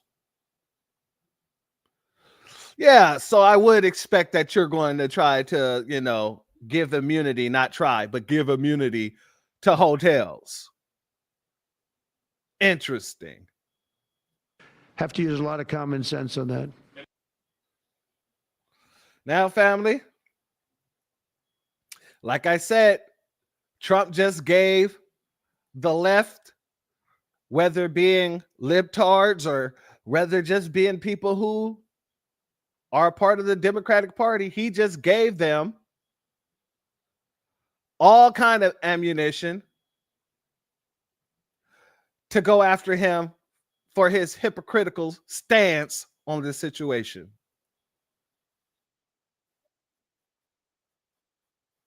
Oh, my bad, family. Donald Trump just turned into a Democrat and just f***ed up MAGA's whole argument about it. You're illegal, and you got to go because you're breaking the law. And immigrants, every immigrant, all the brown people got to go. Donald Trump just f***ed you up, and now you're going to have to dig up that goalpost and move it somewhere the f*** else. Listen to this. What made you change your mind about farmers who mostly vote Democrats have been Donald Trump on that. So Donald Trump finally is understanding what Democrats have been saying literally this whole time.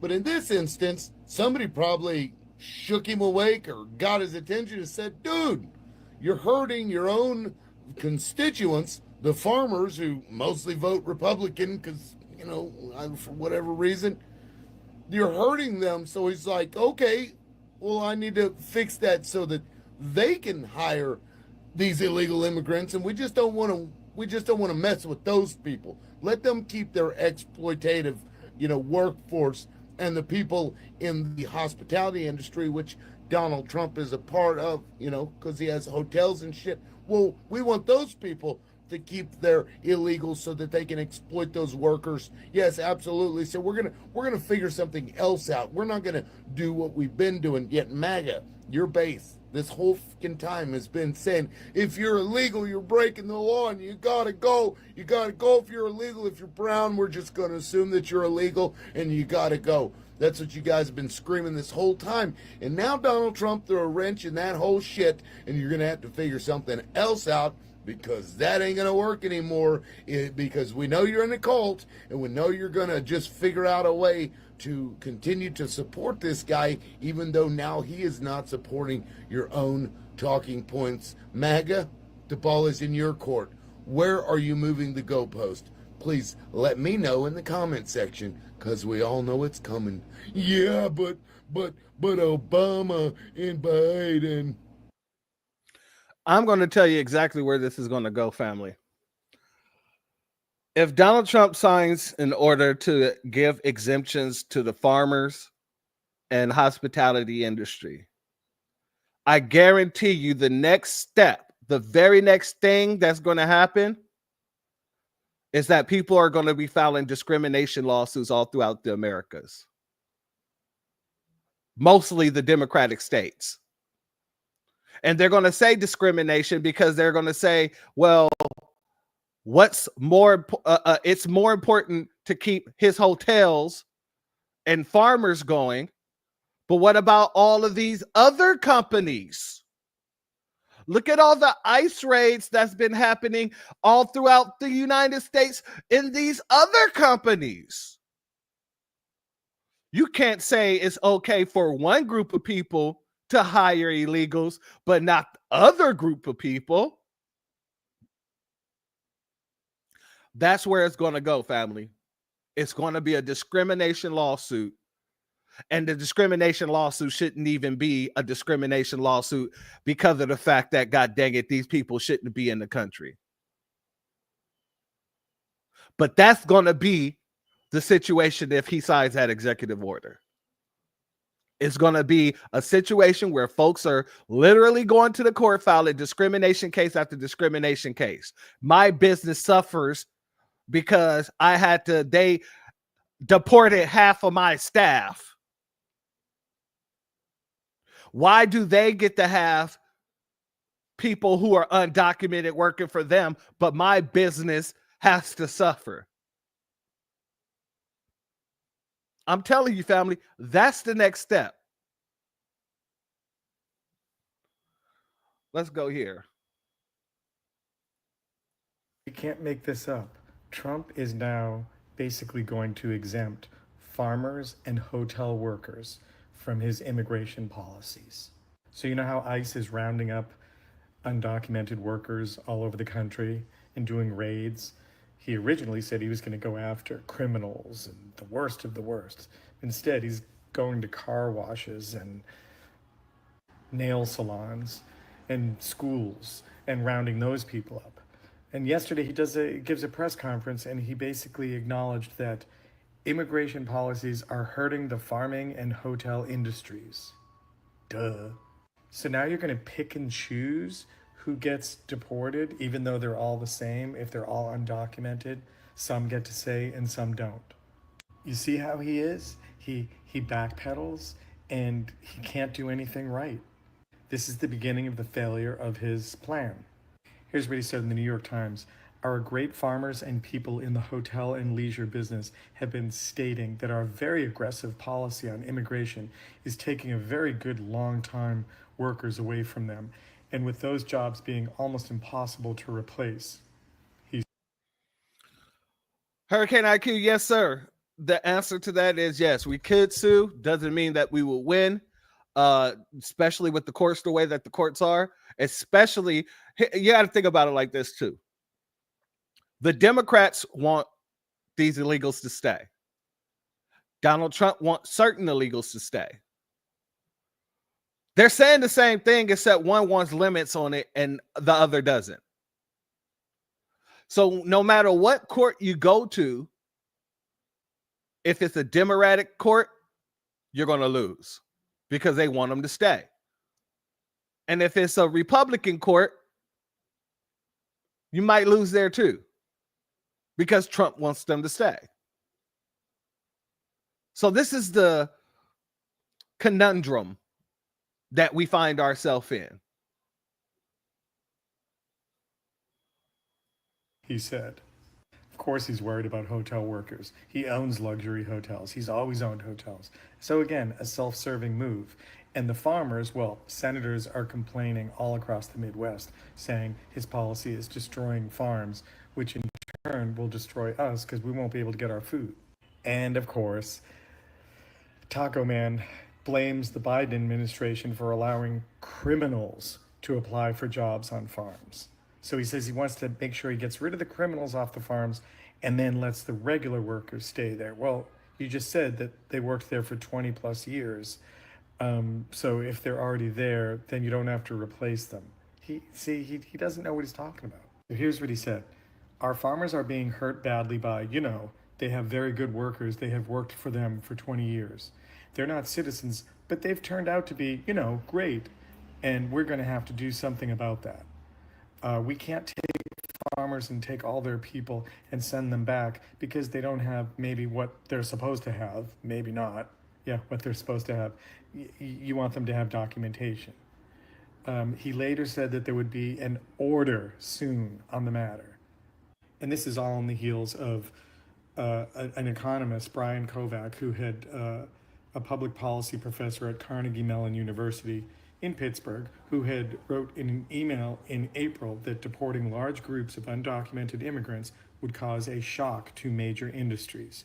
So, he didn't listen to the guy back then, but now he's realizing these policies are hurting our economy. So I guess now he's just going to go after like babysitters, guys who work at McDonald's, taco trucks, but he's going to leave farmers and hotel workers alone. Got it. Yeah, yep. Real hypocritical there. Real hypocritical. Let's go here.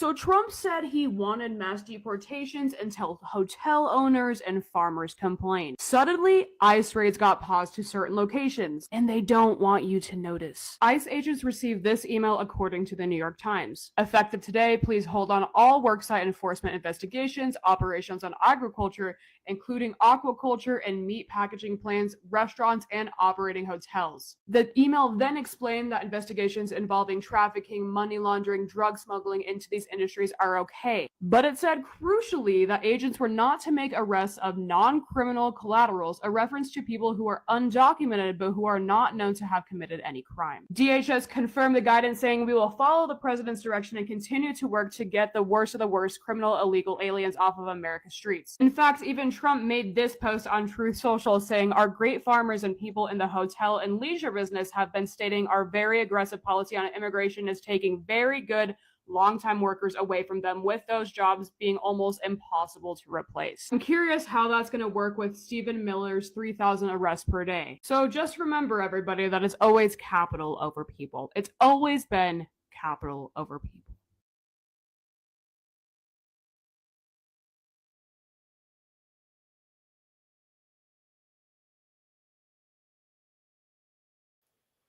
My bad, family. So, family, Donald Trump has been running around here putting himself in a lot of sticky situations. He got MAGA mad at him on the right. He got the Democrats clowning him on the left.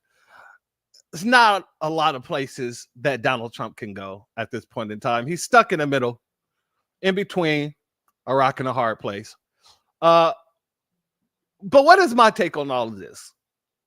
What is my thoughts on Israel? What's my thoughts on the situation with the illegals?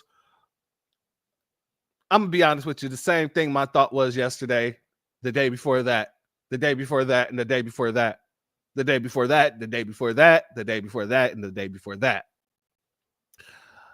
Cut the damn check. Period. Pay reparations. Pay us what you owe us. Well, church, things are going off. You don't care about the war in the Middle East? It ain't my business. Cut the check. Oh, you don't care that Trump is just backtracking on this? I don't care. Cut the check. Oh, you know, no kings. This is going to affect you too. Don't care. Yada, yada, yada. Cut the damn check. There is nothing more, how do you say, nothing else on my mind. There's nothing else more pressing than America cutting the damn check. Don't talk to me about no other issues. Yes, I'm aware of them. Yes, I'm watching out for them. Yes, I see what's going on. Why haven't you cut the check yet? That's what it is. See, people think that they have the right to tell us where our attention should go, where we put our energy.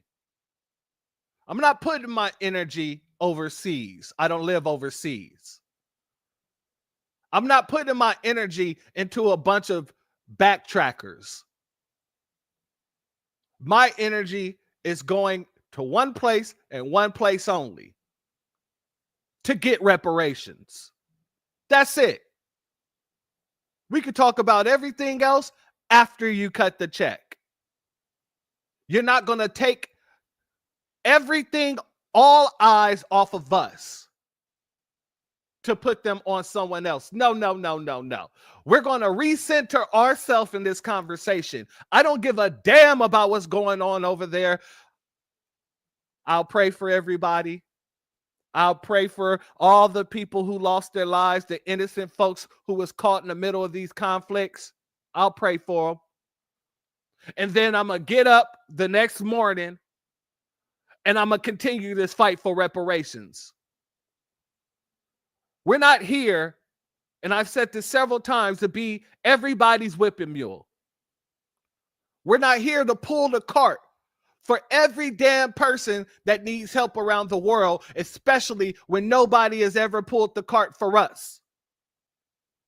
That's not what we're here for. And that's not what we're about. Foundational Black Americans have been the most loving people. And y'all messed that up. Because now, no matter how loving we are, we're loving the fact that we're embracing our villainy. I got some people hitting me in my emails asking me what are good villain names, which is hilarious. Like, church, you know what? I was thinking that I want to be called Water Guy. Water Guy? Why Water Guy? Because, you know, I want to get these wetbacks out of here. So, you know, how they came is how they got to leave. Okay, damn. All right. Hey, do it. Your powers is what? I'm moving oceans. I'm washing them back to Mexico. Okay. Hey, Water Guy. Do your thing, family. 100. And that's a true story. One of the brothers did hit me in my DM talking about, yeah, man, I think I want to call myself Water Guy. Okay, that's what's up. 100. I love the fact that we're embracing our villainy. I love the fact that everything is circulating around us. So let somebody come to me and ask me about what's going on in the Middle East or Africa, if you prefer. And I'm going to say, cut the check. Have y'all cut the check yet? I didn't receive the check in the mail. I didn't get a direct deposit. Where is the check? And they're going to be like, what check are you talking about? Cut the damn check. You know what check? Cut the check. Period, point and blank. No matter who it is. I'll confuse the hell out of them for the rest of the conversation. Just cut the check. Don't talk to me unless you're willing to cut the check. Well, we were just talking about cars, but you ain't cut the check though. So until you cut the check, that conversation's on the back burner. That's it. Yada, yada, yada. Cut the damn check. Salute to our brother Christopher Ellis. Thank you for being here, family. And also, thank you for your Cash App donation that you sent into the last broadcast as well. I didn't see it until after we got off. So I want to give you much love and appreciation for doing so. I appreciate your contribution, family. That's it. That's all, family. I think that's needs to be our response to any question asked of us that has nothing to do with us. Well, why don't you guys want to go out there and protest for the illegals? Because you ain't cut the damn check. Cut the damn check. Well, if we cut the check, are you going to go out there and protest? You'll never know if you don't cut the check. Cut the damn check. Did you see what was on TV the other day? How, you know, Trump is about to is he about to cut the check? Well, no. Why the hell do I need to know about what's happening right now? I don't see anybody cutting the check. That should be our response to everyone who brings up anyone. That's it. That's all. I'm done playing with these folks, and I'm done letting anybody try to fearmonger our community. For henceforth,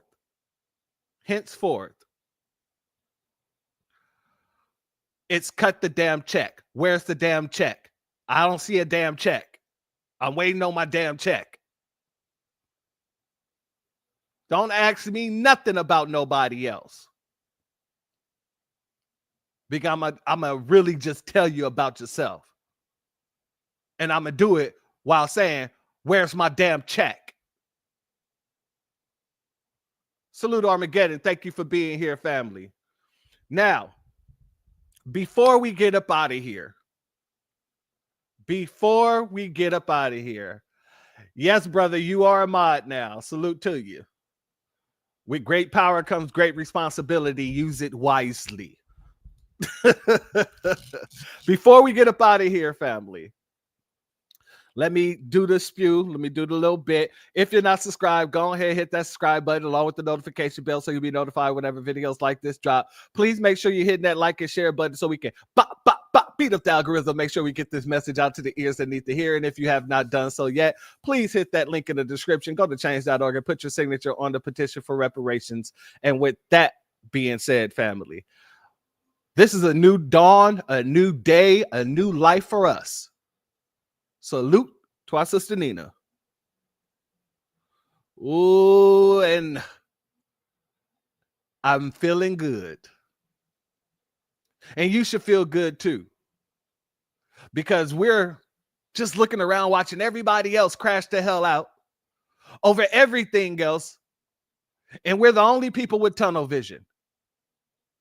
Some of the people who was over there talking about no kings are now over there talking about free Palestine. These folks are working off two different brain cells, and the two brain cells are playing tug of war.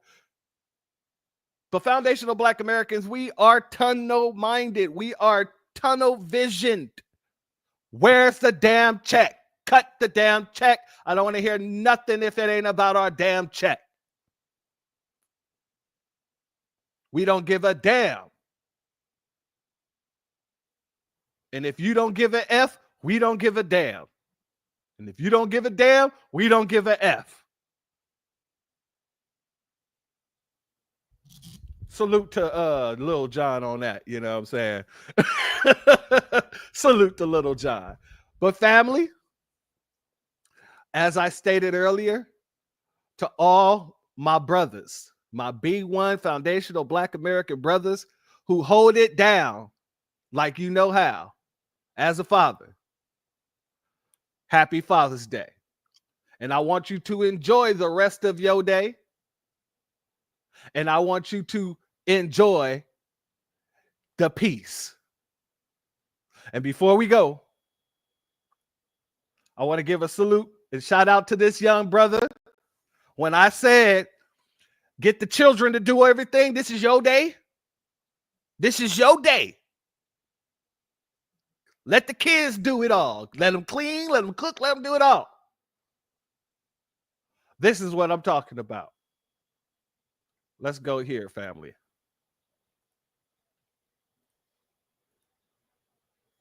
Salute to this young brother here. You see me? Got my apron on. Look at this. Yeah, we'll get on to it. And I got my filet mignon and my burgers. Mm-hmm.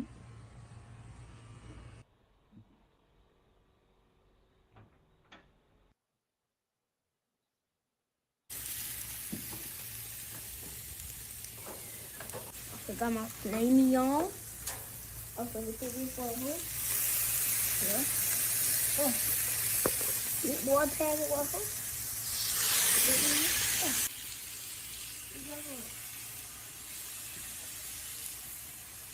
I'm going hard for Father's Day. What you say? Going hard for Father's Day.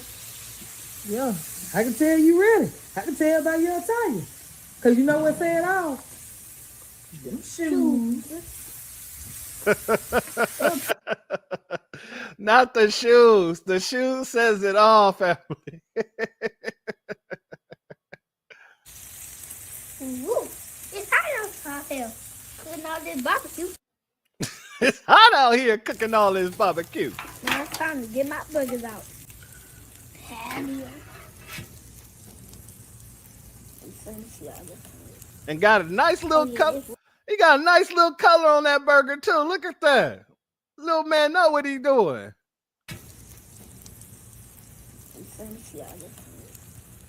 Oh yeah, it's ready.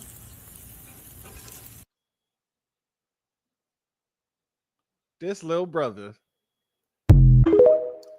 Salute to the young brother. Salute to the family.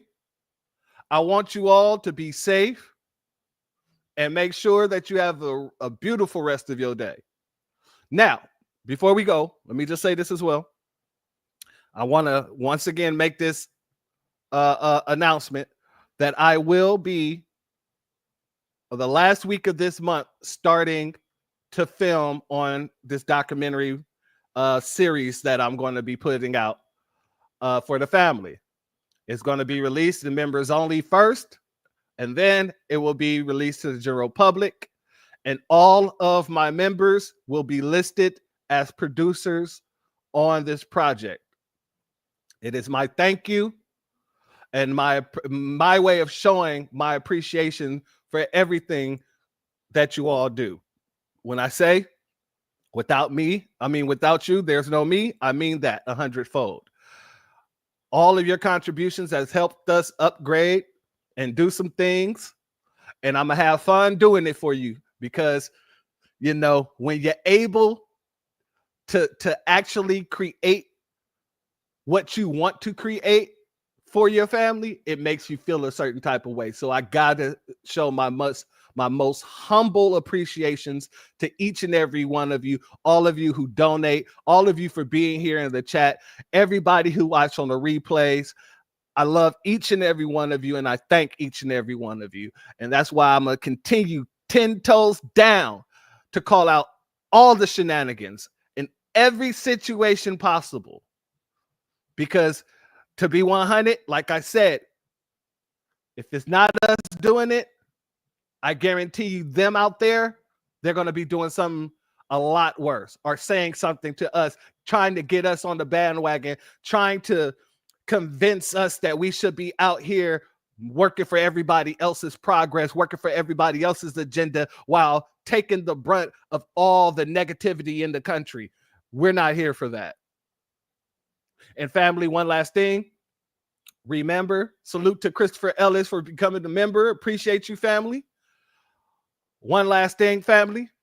Remember when these folks come to you and ask you what you think about January, excuse me, not J6, excuse me, no Kings. Where's the damn check? Cut the check. I don't know what I think because I haven't gotten a check in my hand to know what I should think. So I'm going ahead and hold my thoughts until I see that check. Family, that's our new shut this shit down. Where's the damn check? Cut the damn check. Don't care about nothing unless it's a damn check.